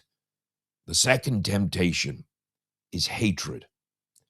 Anger, righteous anger, can be understandable, but hatred never is. You may disagree passionately. You may protest vigorously. You may advocate strongly for change. But the moment hatred enters the heart, our enemies have already won a victory. See, hatred corrodes any vessel that carries it. Our Lord commands us to love our enemies, to pray for those who persecute us, and bless those who curse us. My brothers, my sisters, that is not weakness. It is the highest form of strength. Any idiot can throw a stone, but it takes Christ-like character to build a bridge. Anyone can curse, but it takes spiritual maturity to offer a blessing. Anyone can inflame a crowd. It takes divine wisdom to calm one. Britain does not merely need louder voices now. Britain needs wiser voices. Britain needs stronger voices. Britain needs holier voices. And above all, Britain needs Christians who remember who they are. We are not merely commentators on national decline. We are ambassadors of another kingdom. We are citizens of heaven. We are servants of the King of Kings. The early church transformed an empire far more corrupt than modern Great Britain. Not through violence, not through outrage, not through political dominance, but through holiness. They did it through courage. They did it through their sacrifice. They did it through proclaiming the truth. They did it through showing their love. They did it through unwavering faith in Jesus Christ. My brothers, my sisters, if they could do it in pagan Rome, then surely we can do it in modern Britain.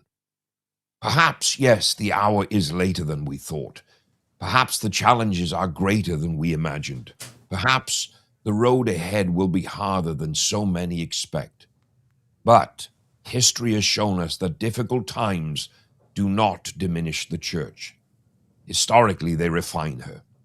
The church of Christ shines brightest when the night is darkest. The gospel speaks most clearly when competing voices become confused. The cross stands tallest when everything else begins to collapse. My brothers, my sisters, this nation does not need another revolution. It needs repentance. It does not need another ideology. It needs the risen Christ. I boldly say, it does not need another savior. Great Britain already has one, and his name is Jesus, the risen Christ. So let's pray for our nation. Pray for our leaders. We need to pray for our police. We need to pray for our communities. We need to pray for those who are frightened. We need to pray for those who are angry. We need to pray for those who are grieving. And we should pray for those who now feel they have been forgotten. Let us as a people pray for peace. Let us pray for justice. Let us pray for wisdom. But above all else, let us pray for a revival of hearts and minds. For every lasting renewal in British history began not in Parliament, but in prayer. not in government buildings, but in churches, not through policy, but through repentance. The answer to the darkness has always been the same. My brothers, my sisters, the answer is not found in Westminster. The answer is not found in the markets. The answer is not found in the media. The answer is found at an empty tomb outside the city of Jerusalem. The answer to our problems is Jesus the Christ. Therefore, I say to you today, do not surrender to fear. Do not surrender to hatred. Do not surrender to despair. Lift up your eyes. Stand firm in your faith. Love your neighbor. Speak the truth. Walk humbly with your God. And remember this. Empires, they have risen and fallen. Kings have come and gone. Governments have appeared and disappeared in parliamentary cycles. But Jesus Christ is the same yesterday, today, and forever. While he remains upon the throne, there always remains hope for Great Britain. My brothers, my sisters, God bless each and every one of you, and may God once again have mercy upon our beloved island. Wow, Kai. What an absolute privilege to witness that sermon. I know who I think the next Archbishop of Canterbury should be in not in a government, but if a government had anything to do with it. Sir, thank you very, very much indeed. Very poignant, very appropriate for the times that we face. Optimism, I guess it's a hard thing to countenance at the moment, but I just think you've put things into perspective. Jeff Banks, fellow countryman, what have you got to say in response? I'd like to follow it up with one appeal to the nation, to our footballers. I would like them to stand in their first game against Croatia in a minute's silence for Henry Novak. Wow, yes. Because I think the nation needs pulling together in the way that he's just spoken about.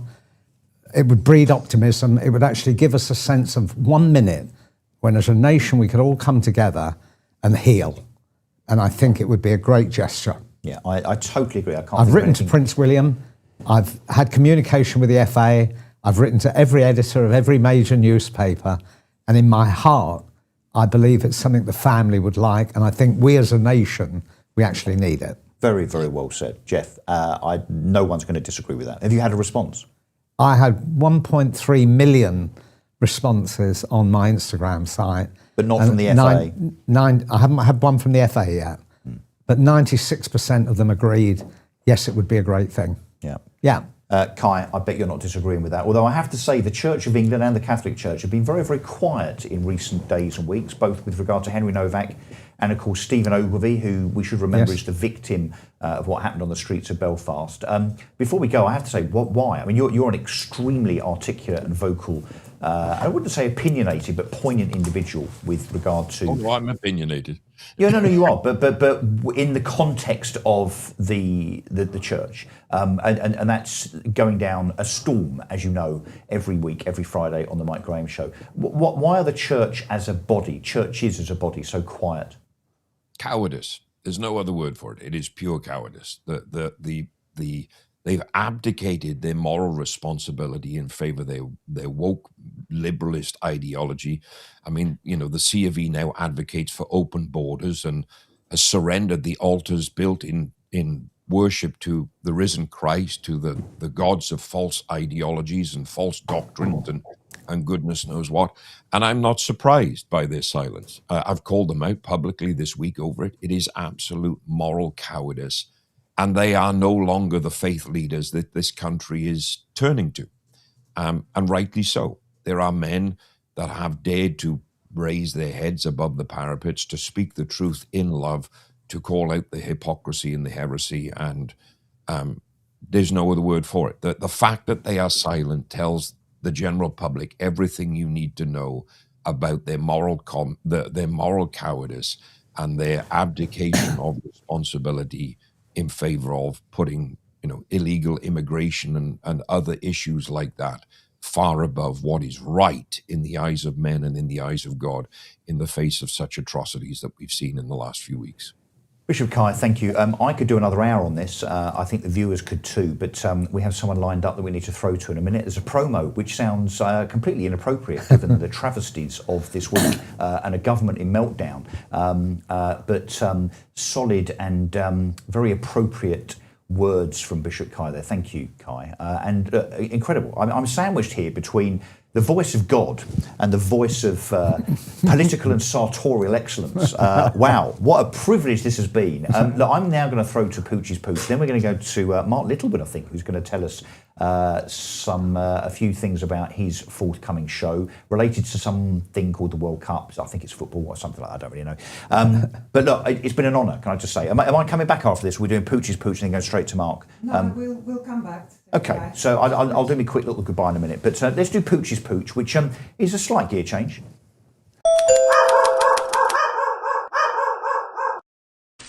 You have the dogs that love the water. And then you have the dogs that hate the water.